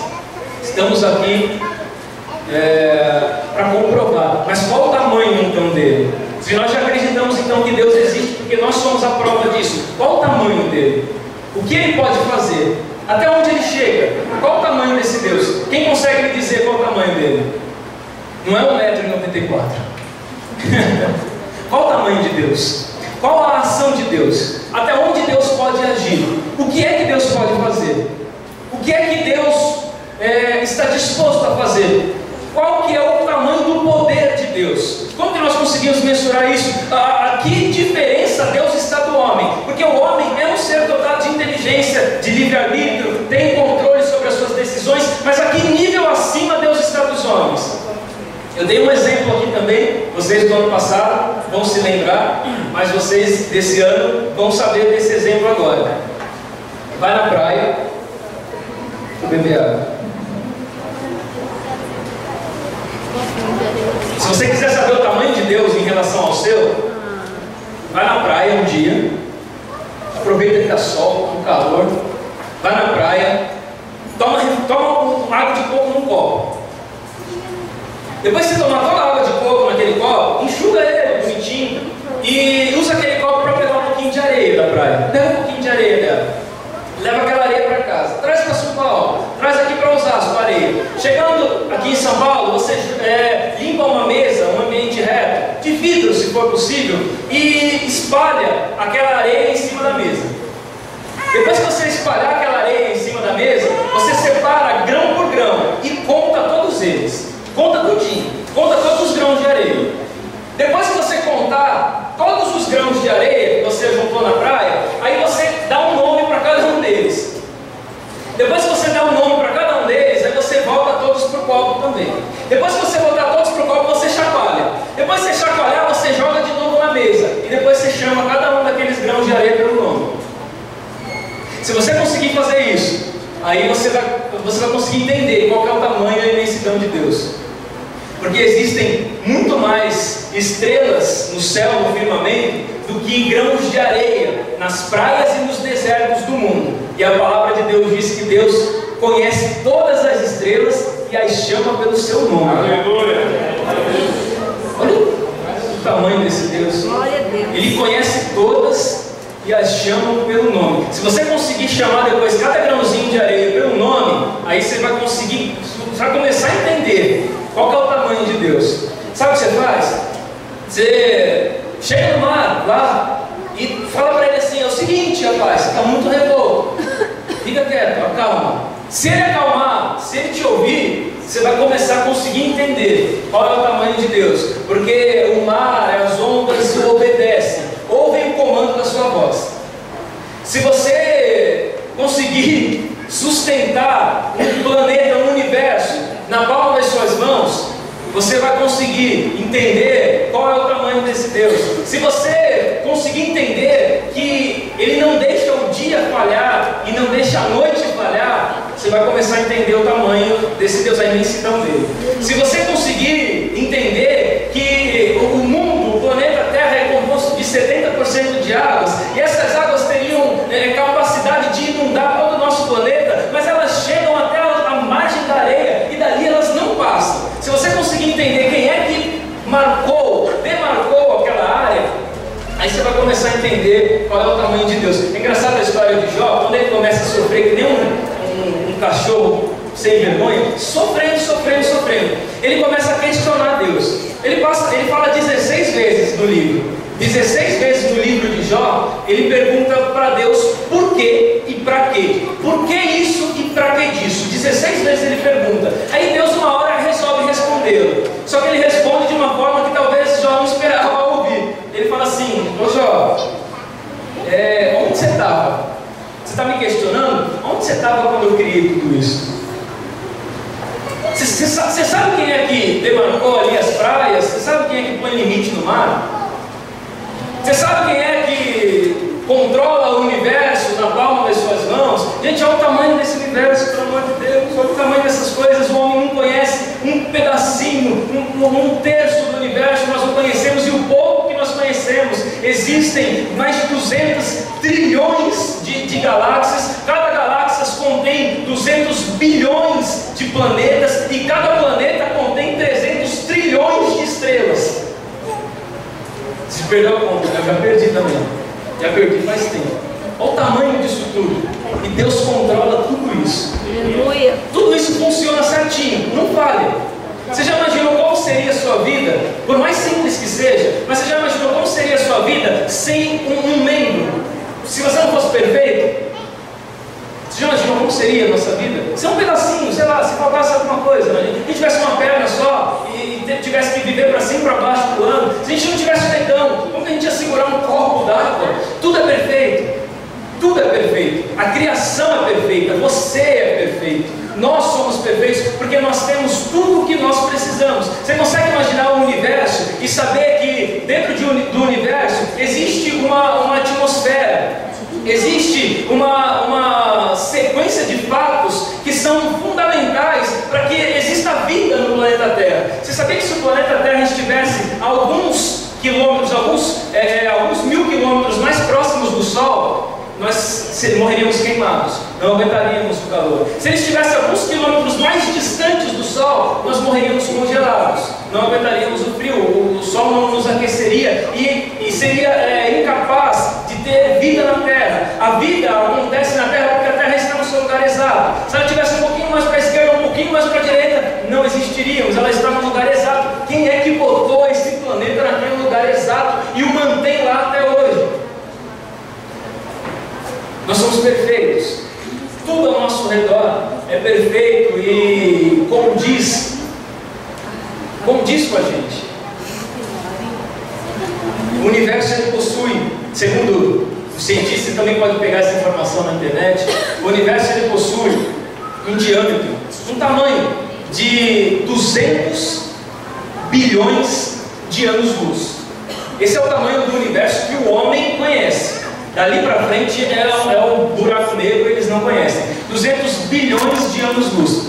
Cada ano, imagina, para você dar a volta, sair do ponto A e chegar no ponto B, você precisa entrar num foguete que viaja a 3 milhões de quilômetros por hora.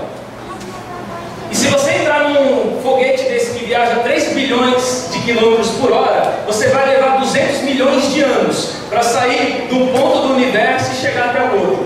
Você vai levar 200 milhões de anos para fazer esse percurso, porque isso é o tamanho que o homem conhece.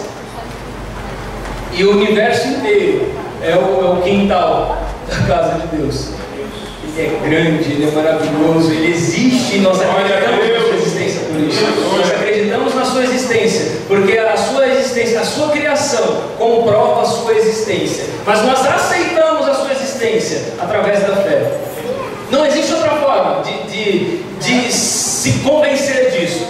Porque o homem ele pode ver tudo isso, ele pode saber de tudo isso, mas se ele não tiver com o seu coração aberto e disposto a acreditar, ele não vai acreditar em nada disso. Nós acreditamos em Deus, embora todas essas coisas nos apontam para Ele, nós só acreditamos em Deus através da nossa fé. E sem fé é impossível agradar a Deus, porque todo aquele que se aproxima de Deus importa que creia que Ele exista e que é galardoador daqueles que o buscam. Cremos, é intangível. Qual que é o cuidado que um estudante de teologia tem que ter? Você tem que ter o cuidado de não, embora da vontade, eu também tenho essa vontade às vezes, de querer fazer Deus descer lá embaixo das pessoas. que agora você vai saber mais, você vai ter mais argumentos. Então você pega a pessoa e fala, senta aqui que você vai me ouvir. Você vai me ouvir, vem cá. E queremos fazer a pessoa crer em Deus. Queremos pegar uma injeção de fé, uma seringa e injeta a fé na veia da pessoa. Não conseguimos fazer as pessoas crerem em Deus por goela abaixo. Não tem como. O trabalho de um evangelista é um trabalho de formiguinha. A palavra de Deus diz que um planta, um rega, mas é Deus que dá o crescimento. Não existe condição de nós fazermos uma pessoa crer em Deus. Não existe condição de nós plantarmos e de nós regarmos a nossa sementinha todos os dias. Então tome esse cuidado. Tenha esse cuidado de não querer jogar bola abaixo das pessoas, de não querer obrigar as pessoas a acreditar em você, acreditar na sua crença, acreditar na sua fé, acreditar nas suas teorias. Tome esse cuidado. Ensine as pessoas. Não permita. Qual que é o problema? Um dos problemas do estudo teológico é que eles formam homens arrogantes. O homem, depois que bota aquele anel no dedo, um anel grandão, você conhece gente que bota aquele anel grandão e fala, paz do Senhor, aleluia, não sei o que. Depois que ele colocou aquele anel no dedo, não fala com mais ninguém, não atendo ninguém, não aconselho ninguém, porque isso é muito simples, essa coisa não se relaciona mais com as pessoas. Tomem esse cuidado. Tomem esse cuidado, porque Jesus ele falou assim, ó, seguinte, aqueles que quiserem ser o maior, que sejam os menores, que se façam os menores. Quando Jesus indagou os discípulos, falou, o que vocês estavam conversando no caminho? Jesus sabia que eles estavam conversando. Eles fizeram o caminho inteiro discutindo quem era o maior. Pedro falando, não, o maior sou eu. Você não viu o que Jesus falou para mim? Que sobre essa rocha e tal, me chamou de pedrinha. Rapaz, eu sou o maior. Aí João falando, não, o maior sou eu, porque eu reclino a minha cabeça no peito do mestre. Eu sou o discípulo do amor, o maior sou eu. Aí Judas começou a falar, fica quieto que você é traidor, você não é maior nem menor, você não é nada. Deixou falar. Eles estavam discutindo para ver quem era o maior. Aí Jesus chegou em casa e falou assim, ó, vocês estão discutindo para ver quem é o maior, né? Eu vou ensinar para vocês quem é o maior. Aí ele se dirige até um local, pega um baldinho, coloca uma toalhinha nas costas e fala, vem cá, você é o primeiro, vou ensinar para você quem é o maior. E lava os pés de todos os discípulos. Por que você está aprendendo teologia que Deus te deu essa oportunidade? Para você servir as pessoas e não para você ser servido. O maior no reino de Deus não é aquele que é servido. O maior no reino de Deus é aquele que serve. O maior no reino de Deus é aquele que se dispõe. O maior no reino de Deus é aquele que lava os pés e não aquele de quem os pés é lavado.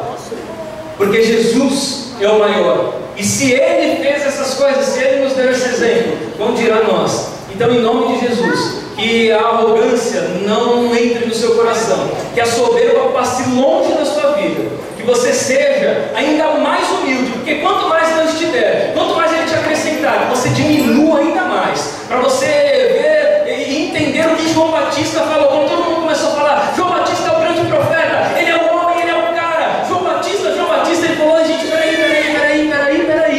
importa que ele cresça e que eu diminua todos os dias. Importa que Jesus cresça na sua vida, importa que Jesus apareça, importa que Jesus esteja à frente, que Ele seja anunciado. Você não vai aprender teologia para ser arrogante. Você não vai aprender teologia para chegar na sua igreja e falar assim, tudo que ele está falando aí não concorda com nada, está errado. Teve um amigo, quando nós estávamos no segundo ano de teologia, eu vou deixar aqui para vocês já. Segundo ano de teologia, nós fomos no culto. Ele congregava comigo e nós fazíamos faculdade junto. E na faculdade nós estávamos estudando o livro os livros de Samuel, primeiro e segundo Samuel. Estávamos estudando os livros de Samuel e o professor de teologia, ele estava explicando como é que o gigante Golias caiu quando ele recebeu a pedrada de Davi. E segundo esses estudiosos, não sei de onde eles tiram essas coisas. Quando ele recebeu aquela pedrada, ele não caiu para trás, ele caiu para frente. Ele explicou. Você acha que eu lembro da explicação dele? Eu não estava nem interessado em saber. Tanto faz se ele caiu para trás, para frente, o importante é que ele caiu e que o nome do Senhor foi glorificado. Isso é importante. Mas aí, naquele domingo, o pastor começou a pregar esse sermão.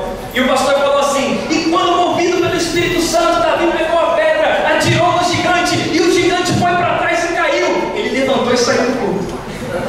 Você acredita que ele levantou e saiu do culto? Quando terminou o culto, ele estava lá de fora da igreja. Eu falei, que foi? Você sentiu mal? O que foi que você saiu? eu não fico mais nessa igreja. Eu falei, por que, rapaz? Se aconteceu, alguém brigou com você? Você não viu? Nosso pastor não tem capacidade de ser pastor. Eu falei, por que ele não tem capacidade de ser pastor? Porque ele não sabe nem para onde o Golias caiu, se caiu para frente, se caiu para trás. Eu falei, cara, o que importa onde ele caiu? O importante é que ele caiu, olha onde você é tonto. Isso é coisa de gente tonta. Isso não é coisa de instruído, de teórico. Isso é coisa de gente tonta, é coisa de gente idiota. O conhecimento que Deus te dá não é para você menosprezar as pessoas que sabem menos, que não tiveram oportunidade. O conhecimento que Deus te dá é para você multiplicar. Aleluia!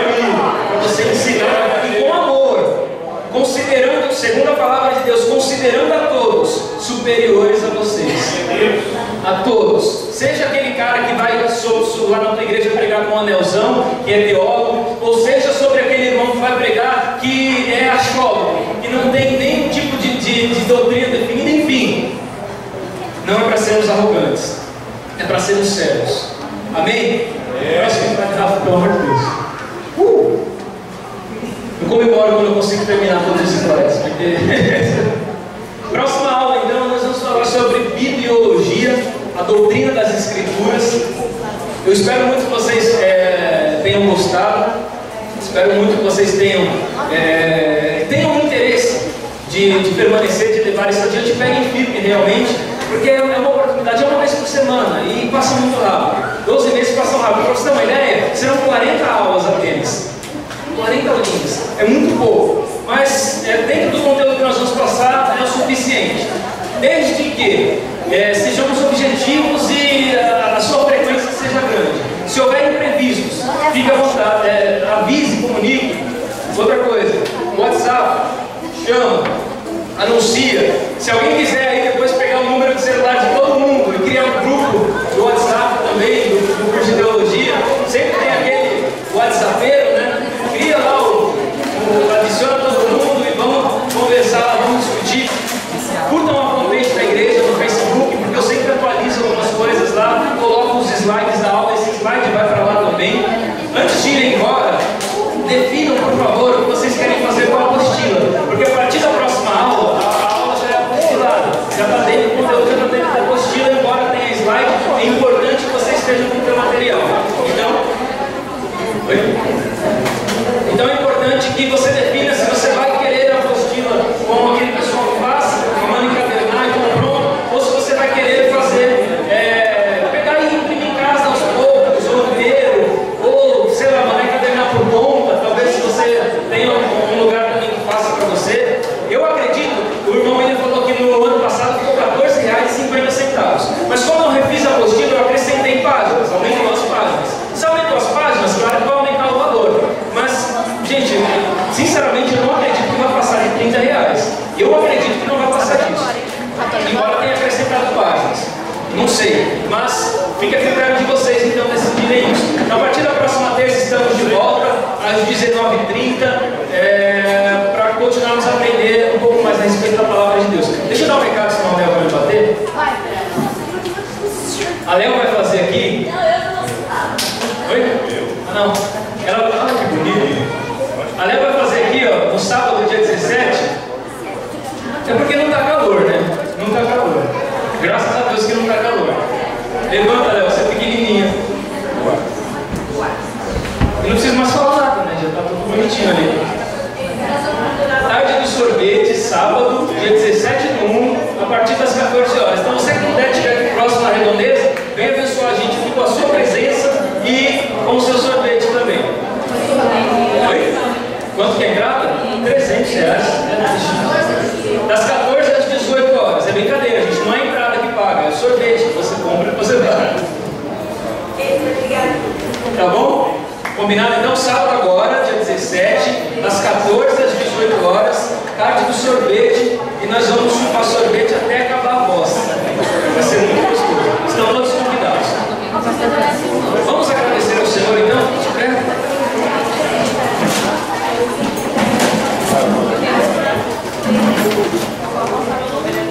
Mais algum recado, Léo? Sim. Não? Eu não lembro quem foi que me perguntou. Me perguntaram os horários de culto aqui. Terça-feira, 19h30 até as 22 horas, tem curso teológico. que é esse que nós estamos. Quinta-feira, nós temos culto aqui às 20 horas, às 8 horas da noite, e domingo às 18h30. Então é terça, curso teológico, quinta-feira e domingo. Quinta-feira às 20 e domingo às 18h30. Cada dia tem um horário diferente, por quê? Para não cair no costume. Então, terça-feira às 7h30, quinta-feira 8 horas e domingo é 6h30. Todo dia tem um horário diferente. Tá bom?